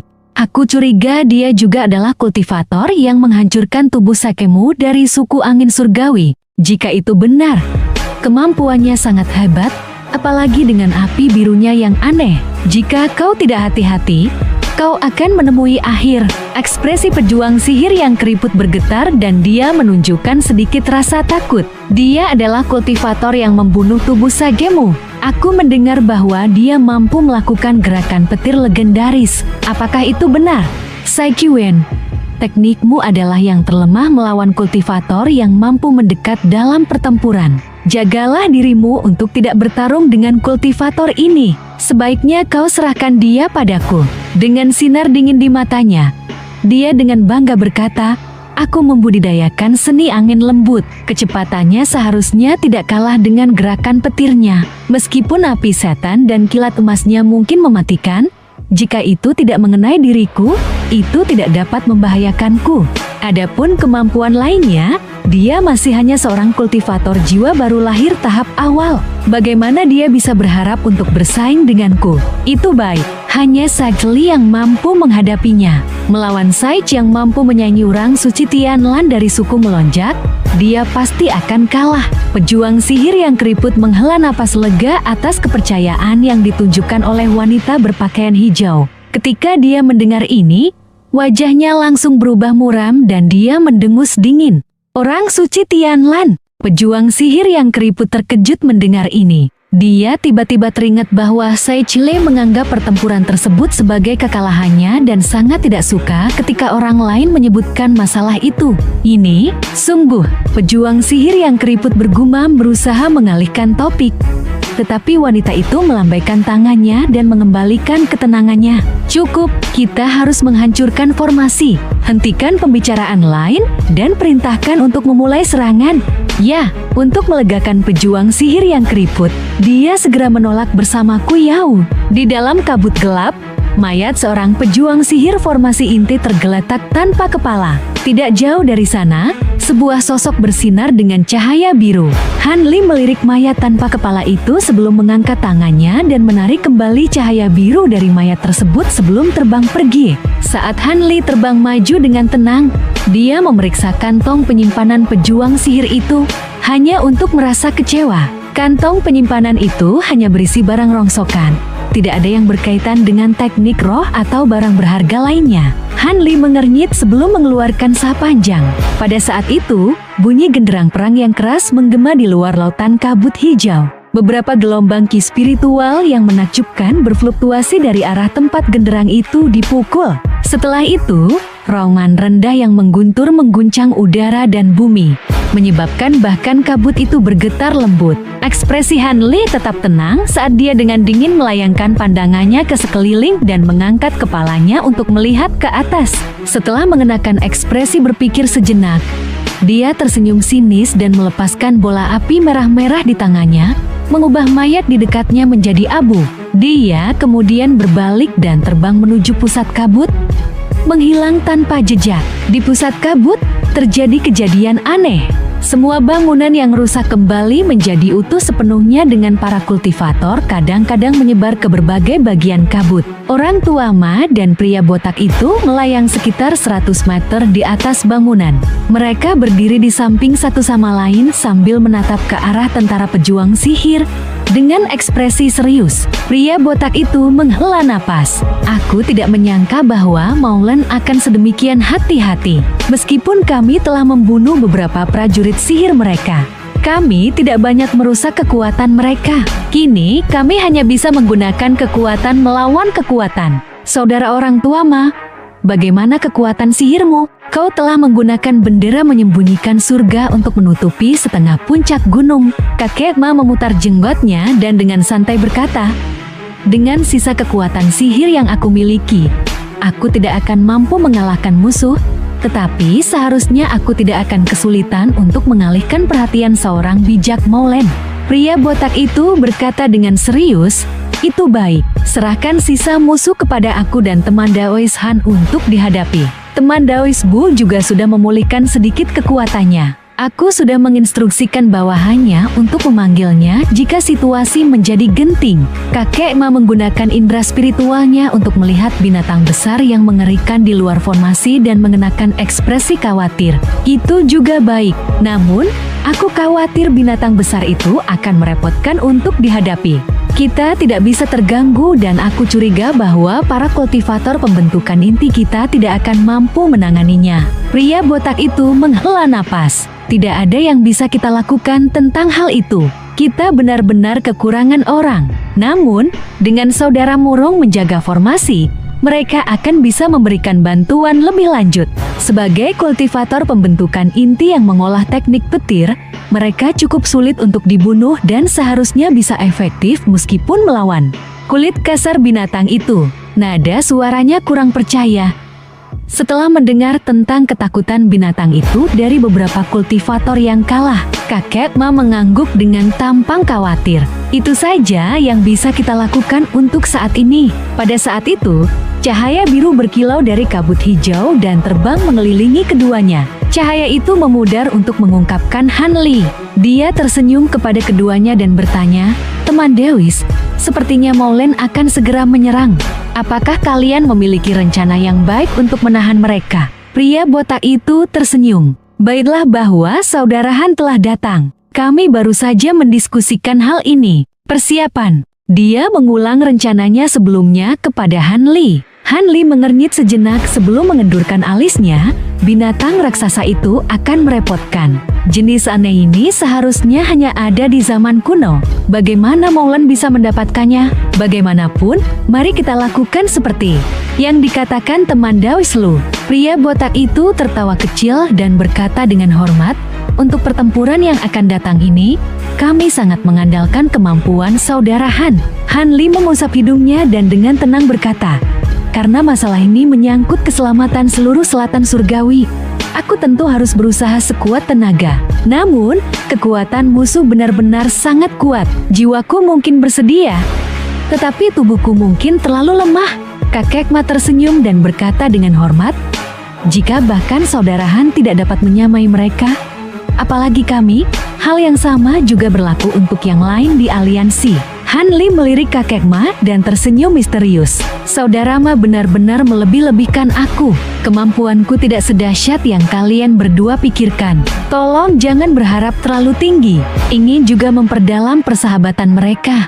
Pria botak itu tertawa dan berkata, bagaimanapun caranya, Saudara Han sama sekali bukan kultivator jiwa awal yang biasa. Kemampuanmu jauh melampaui kami.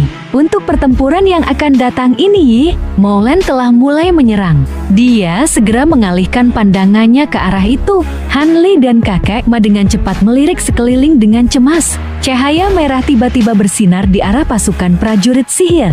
Sekumpulan api merah tiba-tiba memenuhi langit dengan beberapa puluh matahari mini yang menyengat berkumpul di dalamnya. Menjadi kali pertama dia melihat hal semacam itu, kakek Ma berteriak dengan panik. Apa ini? Pria botak itu menjelaskan dengan muram. Ini adalah formasi teknik jiwa prajurit sihir. Dengan sejumlah besar prajurit sihir menggantikan bendera dan pelat formasi, mereka dapat dengan cepat membentuk teknik jiwa formasi sihir. Namun, seorang prajurit sihir tingkat tinggi dibutuhkan untuk mengawasi formasi ini. Dari bola api besar itu, kemungkinan dikendalikan oleh prajurit sihir atribut api dari kemarin. Formasi teknik jiwa. Kakek Ma bergumam sendiri dengan takjub. Meskipun dia ingin bertanya lebih lanjut tentang rincian tersebut, dia tahu sekarang bukanlah waktu yang tepat dan tetap diam. Han Li menarik kembali pandangannya dan dengan tenang berkata, "Mari kita semua masuk ke dalam formasi dan bertindak dengan hati-hati. Sebelum kita bertarung dengan prajurit sihir tingkat jiwa, mari kita bunuh sebanyak mungkin." Prajurit sihir tingkat rendah. Baik, kedua orang itu tidak memberikan keberatan. Pria botak itu memanggil beberapa kultivator pembentukan inti lainnya dan memberikan instruksi kepada masing-masing dari mereka. Semuanya masuk ke dalam kabut hijau satu persatu dengan Yingning di antara mereka. Tentu saja, Han Li memberikan beberapa kata peringatan kepadanya melalui transmisi suara sebelum segera menghilang dari kabut. Pada saat itu, sebagian dari prajurit sihir diorganisir ke dalam kelompok yang terdiri dari beberapa puluh, masing-masing disusun dalam formasi sihir yang dalam dan menakjubkan. Mereka semua mengangkat alat sihir berkilau berwarna merah api di atas kepala mereka sambil berkumpul di sekitar ki api dan melaksanakan formasi. Beberapa puluh bola api besar melayang ratusan meter di atas mereka, bergetar dengan panas yang membara. Para prajurit sihir di bawahnya terpanggang setiap mulut mereka kering, penglihatan mereka kabur. Tubuh mereka bergetar saat mereka dengan pahit menopang formasi teknik jiwa. Di pusat formasi puluhan bola api, Ku Yao duduk bersila dengan rambut acak-acakan. Sementara 6 bendera merah besar perlahan berputar di sekelilingnya. Dia tetap sepenuhnya diam sementara tangannya membentuk gestur mantra yang aneh. Adapun python api sepanjang 3 meter, ia melingkar di sekitar kepalanya sementara tubuhnya bersinar dengan cahaya merah cemerlang, mengaduk awan api di sekitarnya. Tidak jauh, wanita berpakaian hijau telah turun dari binatang besar dan dengan dingin menatap tindakan Ku Yao. Sementara itu, prajurit sihir yang keriput berada lebih jauh di belakang mereka dan mengawasi mereka dengan cemas. Ku Yao tiba-tiba membuka matanya dan berteriak, "Ayo pergi!" 6 bendera di sekelilingnya secara bersamaan meledak menjadi tiang-tiang cahaya merah. Pada saat yang sama, 6 bola api yang panjangnya lebih dari 40 meter muncul di udara. Tiba-tiba, tiang-tiang cahaya merah sepenuhnya diserap oleh 6 bola api, dan mereka mulai bergetar sejenak sebelum memuntahkan api setinggi 3 meter. Lalu saat genderang perang terus berdentang, bola-bola api itu meluncur menuju lautan kabut hijau seperti meteor besar dalam satu barisan seolah ingin memaksa membuka jalan melalui kabut. Penggabungan pemanggilan oleh banyak prajurit sihir ini telah mengkonsentrasikan bola api yang memiliki kekuatan luar biasa. Meskipun kabut hijau yang grand formasi ditempatkan dengan cermat oleh para ahli formasi dari aliansi 9 bangsa, meteor api ini menghasilkan ledakan yang mengguncang bumi begitu mereka menyentuh kabut hijau. Dengan beberapa ledakan berturut-turut disertai api setinggi 100 meter, kabut hijau disebarkan oleh angin api liar yang segera mengikuti, menghapusnya sepenuhnya dalam sekejap. Meskipun cahaya formasi hijau dan kuning masih bersinar, mereka jelas kalah dan tidak mampu menahan serangan sedikit pun. Dalam sekejap mata, 6 area besar sepenuhnya kosong dari kabut di dalam formasi. Sebuah kilatan dingin melintas di mata wanita berpakaian hijau, dan dia membalikkan tangannya, memanggil sebuah lingkaran emas di tangannya. Dia kemudian mengangkatnya ke udara dan jatuh ke tanduk biru dari badak raksasa yang sudah berada di tepi lautan kabut hijau. Dengan bunyi keras, lingkaran emas itu jatuh ke atas tanduk biru badak raksasa dan segera mengencang. Tanduk besar itu kemudian dibungkus dan mulai berkilau dengan cahaya yang menakjubkan. Mungkin dipicu oleh cahaya emas yang menyilaukan atau tindakan dari wanita berpakaian hijau, mata badak raksasa itu dengan cepat berubah menjadi merah darah dan ia mengeluarkan raungan yang menggelegar. Saat ia melangkah di atas awan biru di bawahnya, ia dengan liar menerjang ke arah kabut hijau. Sejenak kemudian, raungan binatang itu memenuhi udara dengan cahaya kuning dan hijau yang bersinar terang. Ayo masuk. Bijak Kuyou akan terus menggunakan teknik jiwa api dan menghancurkan pembatasan. Kita akan menjatuhkan formasi ini. Suara jelas wanita berpakaian hijau menyebar ke seluruh langit. Para prajurit sihir yang siaga bersorak saat menerima perintah mereka dan mulai memasuki kabut hijau dalam kelompok yang terdiri dari 5 hingga 10. Wanita berpakaian hijau dengan acuh tak acuh berkata, "Mari kita juga masuk." Setelah Bijak Kuyou selesai melaksanakan tekniknya, dia akan mengikuti kita. Dia kemudian bersinar dengan cahaya putih dan terbang ke bawah dalam seberkas cahaya. Prajurit sihir yang keriput itu dengan cepat setuju sebelum mengikutinya dalam jejak cahaya hitam. Sejenak kemudian, hanya ada beberapa ratus prajurit sihir yang belum masuk ke dalam pembatasan. Pada saat itu, bola-bola api yang tersisa sedang diserap oleh 6 bendera api yang mengelilingi Kuyou. Mereka kemudian jatuh ke lautan kabut dalam susunan garis di lokasi yang sama dengan 6 meteor sebelumnya, menyebabkan beberapa puluh tiang api meletus, hampir merobohkan keseluruhan pembatasan. Dengan tawa liar, Kuyou tiba-tiba berdiri dan melambai kepada prajurit sihir di sekelilingnya. Lalu dia terbang tanpa suara menuju lautan kabut dalam bola api yang menyengat. Ketika prajurit sihir lainnya dalam formasi melihat ini, mereka segera mengerumuninya. Pada saat itu, terdapat lebih dari 1000 prajurit sihir di dalam formasi, belum termasuk beberapa ratus prajurit sihir yang bersembunyi yang mengendalikan pembatasan formasi dari dalam.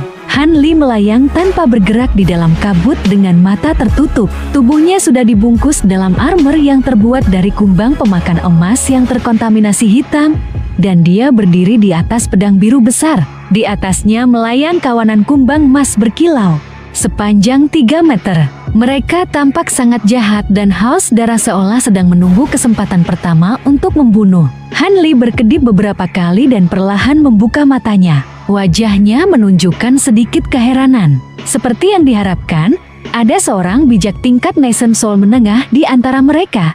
Tetapi tidak disangka bahwa itu adalah seorang prajurit sihir wanita. Han Li bergumam pada dirinya sendiri. Setelah berpikir sejenak, dia menepuk kantong penyimpanannya dan memanggil seperangkat alat formasi ke tangannya. Siluet Han Li menjadi kabur saat dia cepat meletakkan formasi sihir terkuat yang bisa dia buat dalam waktu singkat. Han Li mengibaskan lengan bajunya dan memerintahkan Silver Moon, keluar. Seekor rubah kecil kemudian terbang keluar dari lengan bajunya dan mendarat di depannya. Han Li melanjutkan, "Aku akan memberimu awan ungu dan keranjang bunga juga." Lawan kali ini tampaknya bahkan lebih merepotkan daripada saudara senior Warner. Hati-hati, jika kemampuannya benar-benar terlalu menakutkan, kita tidak perlu memaksakan diri. Mari kita tarik dia ke sini dan gunakan pembatasan kabut hijau serta formasi sihirku untuk menyamakan peluang. Jika itu tidak berhasil, kita akan melarikan diri. Tidak ada gunanya bagi kita untuk mempertaruhkan semuanya. Dia kemudian memanggil awan ungu dan keranjang bunga ke tangannya sebelum melemparkannya kepada rubah putih kecil itu. Dan cerita pun bersambung. Oke teman-teman, terima kasih telah menyimak novel Donghuanya ya. Dan jangan lupa like, subscribe dan share ya. Dan sehat selalu untuk kalian. Sampai jumpa di episode selanjutnya.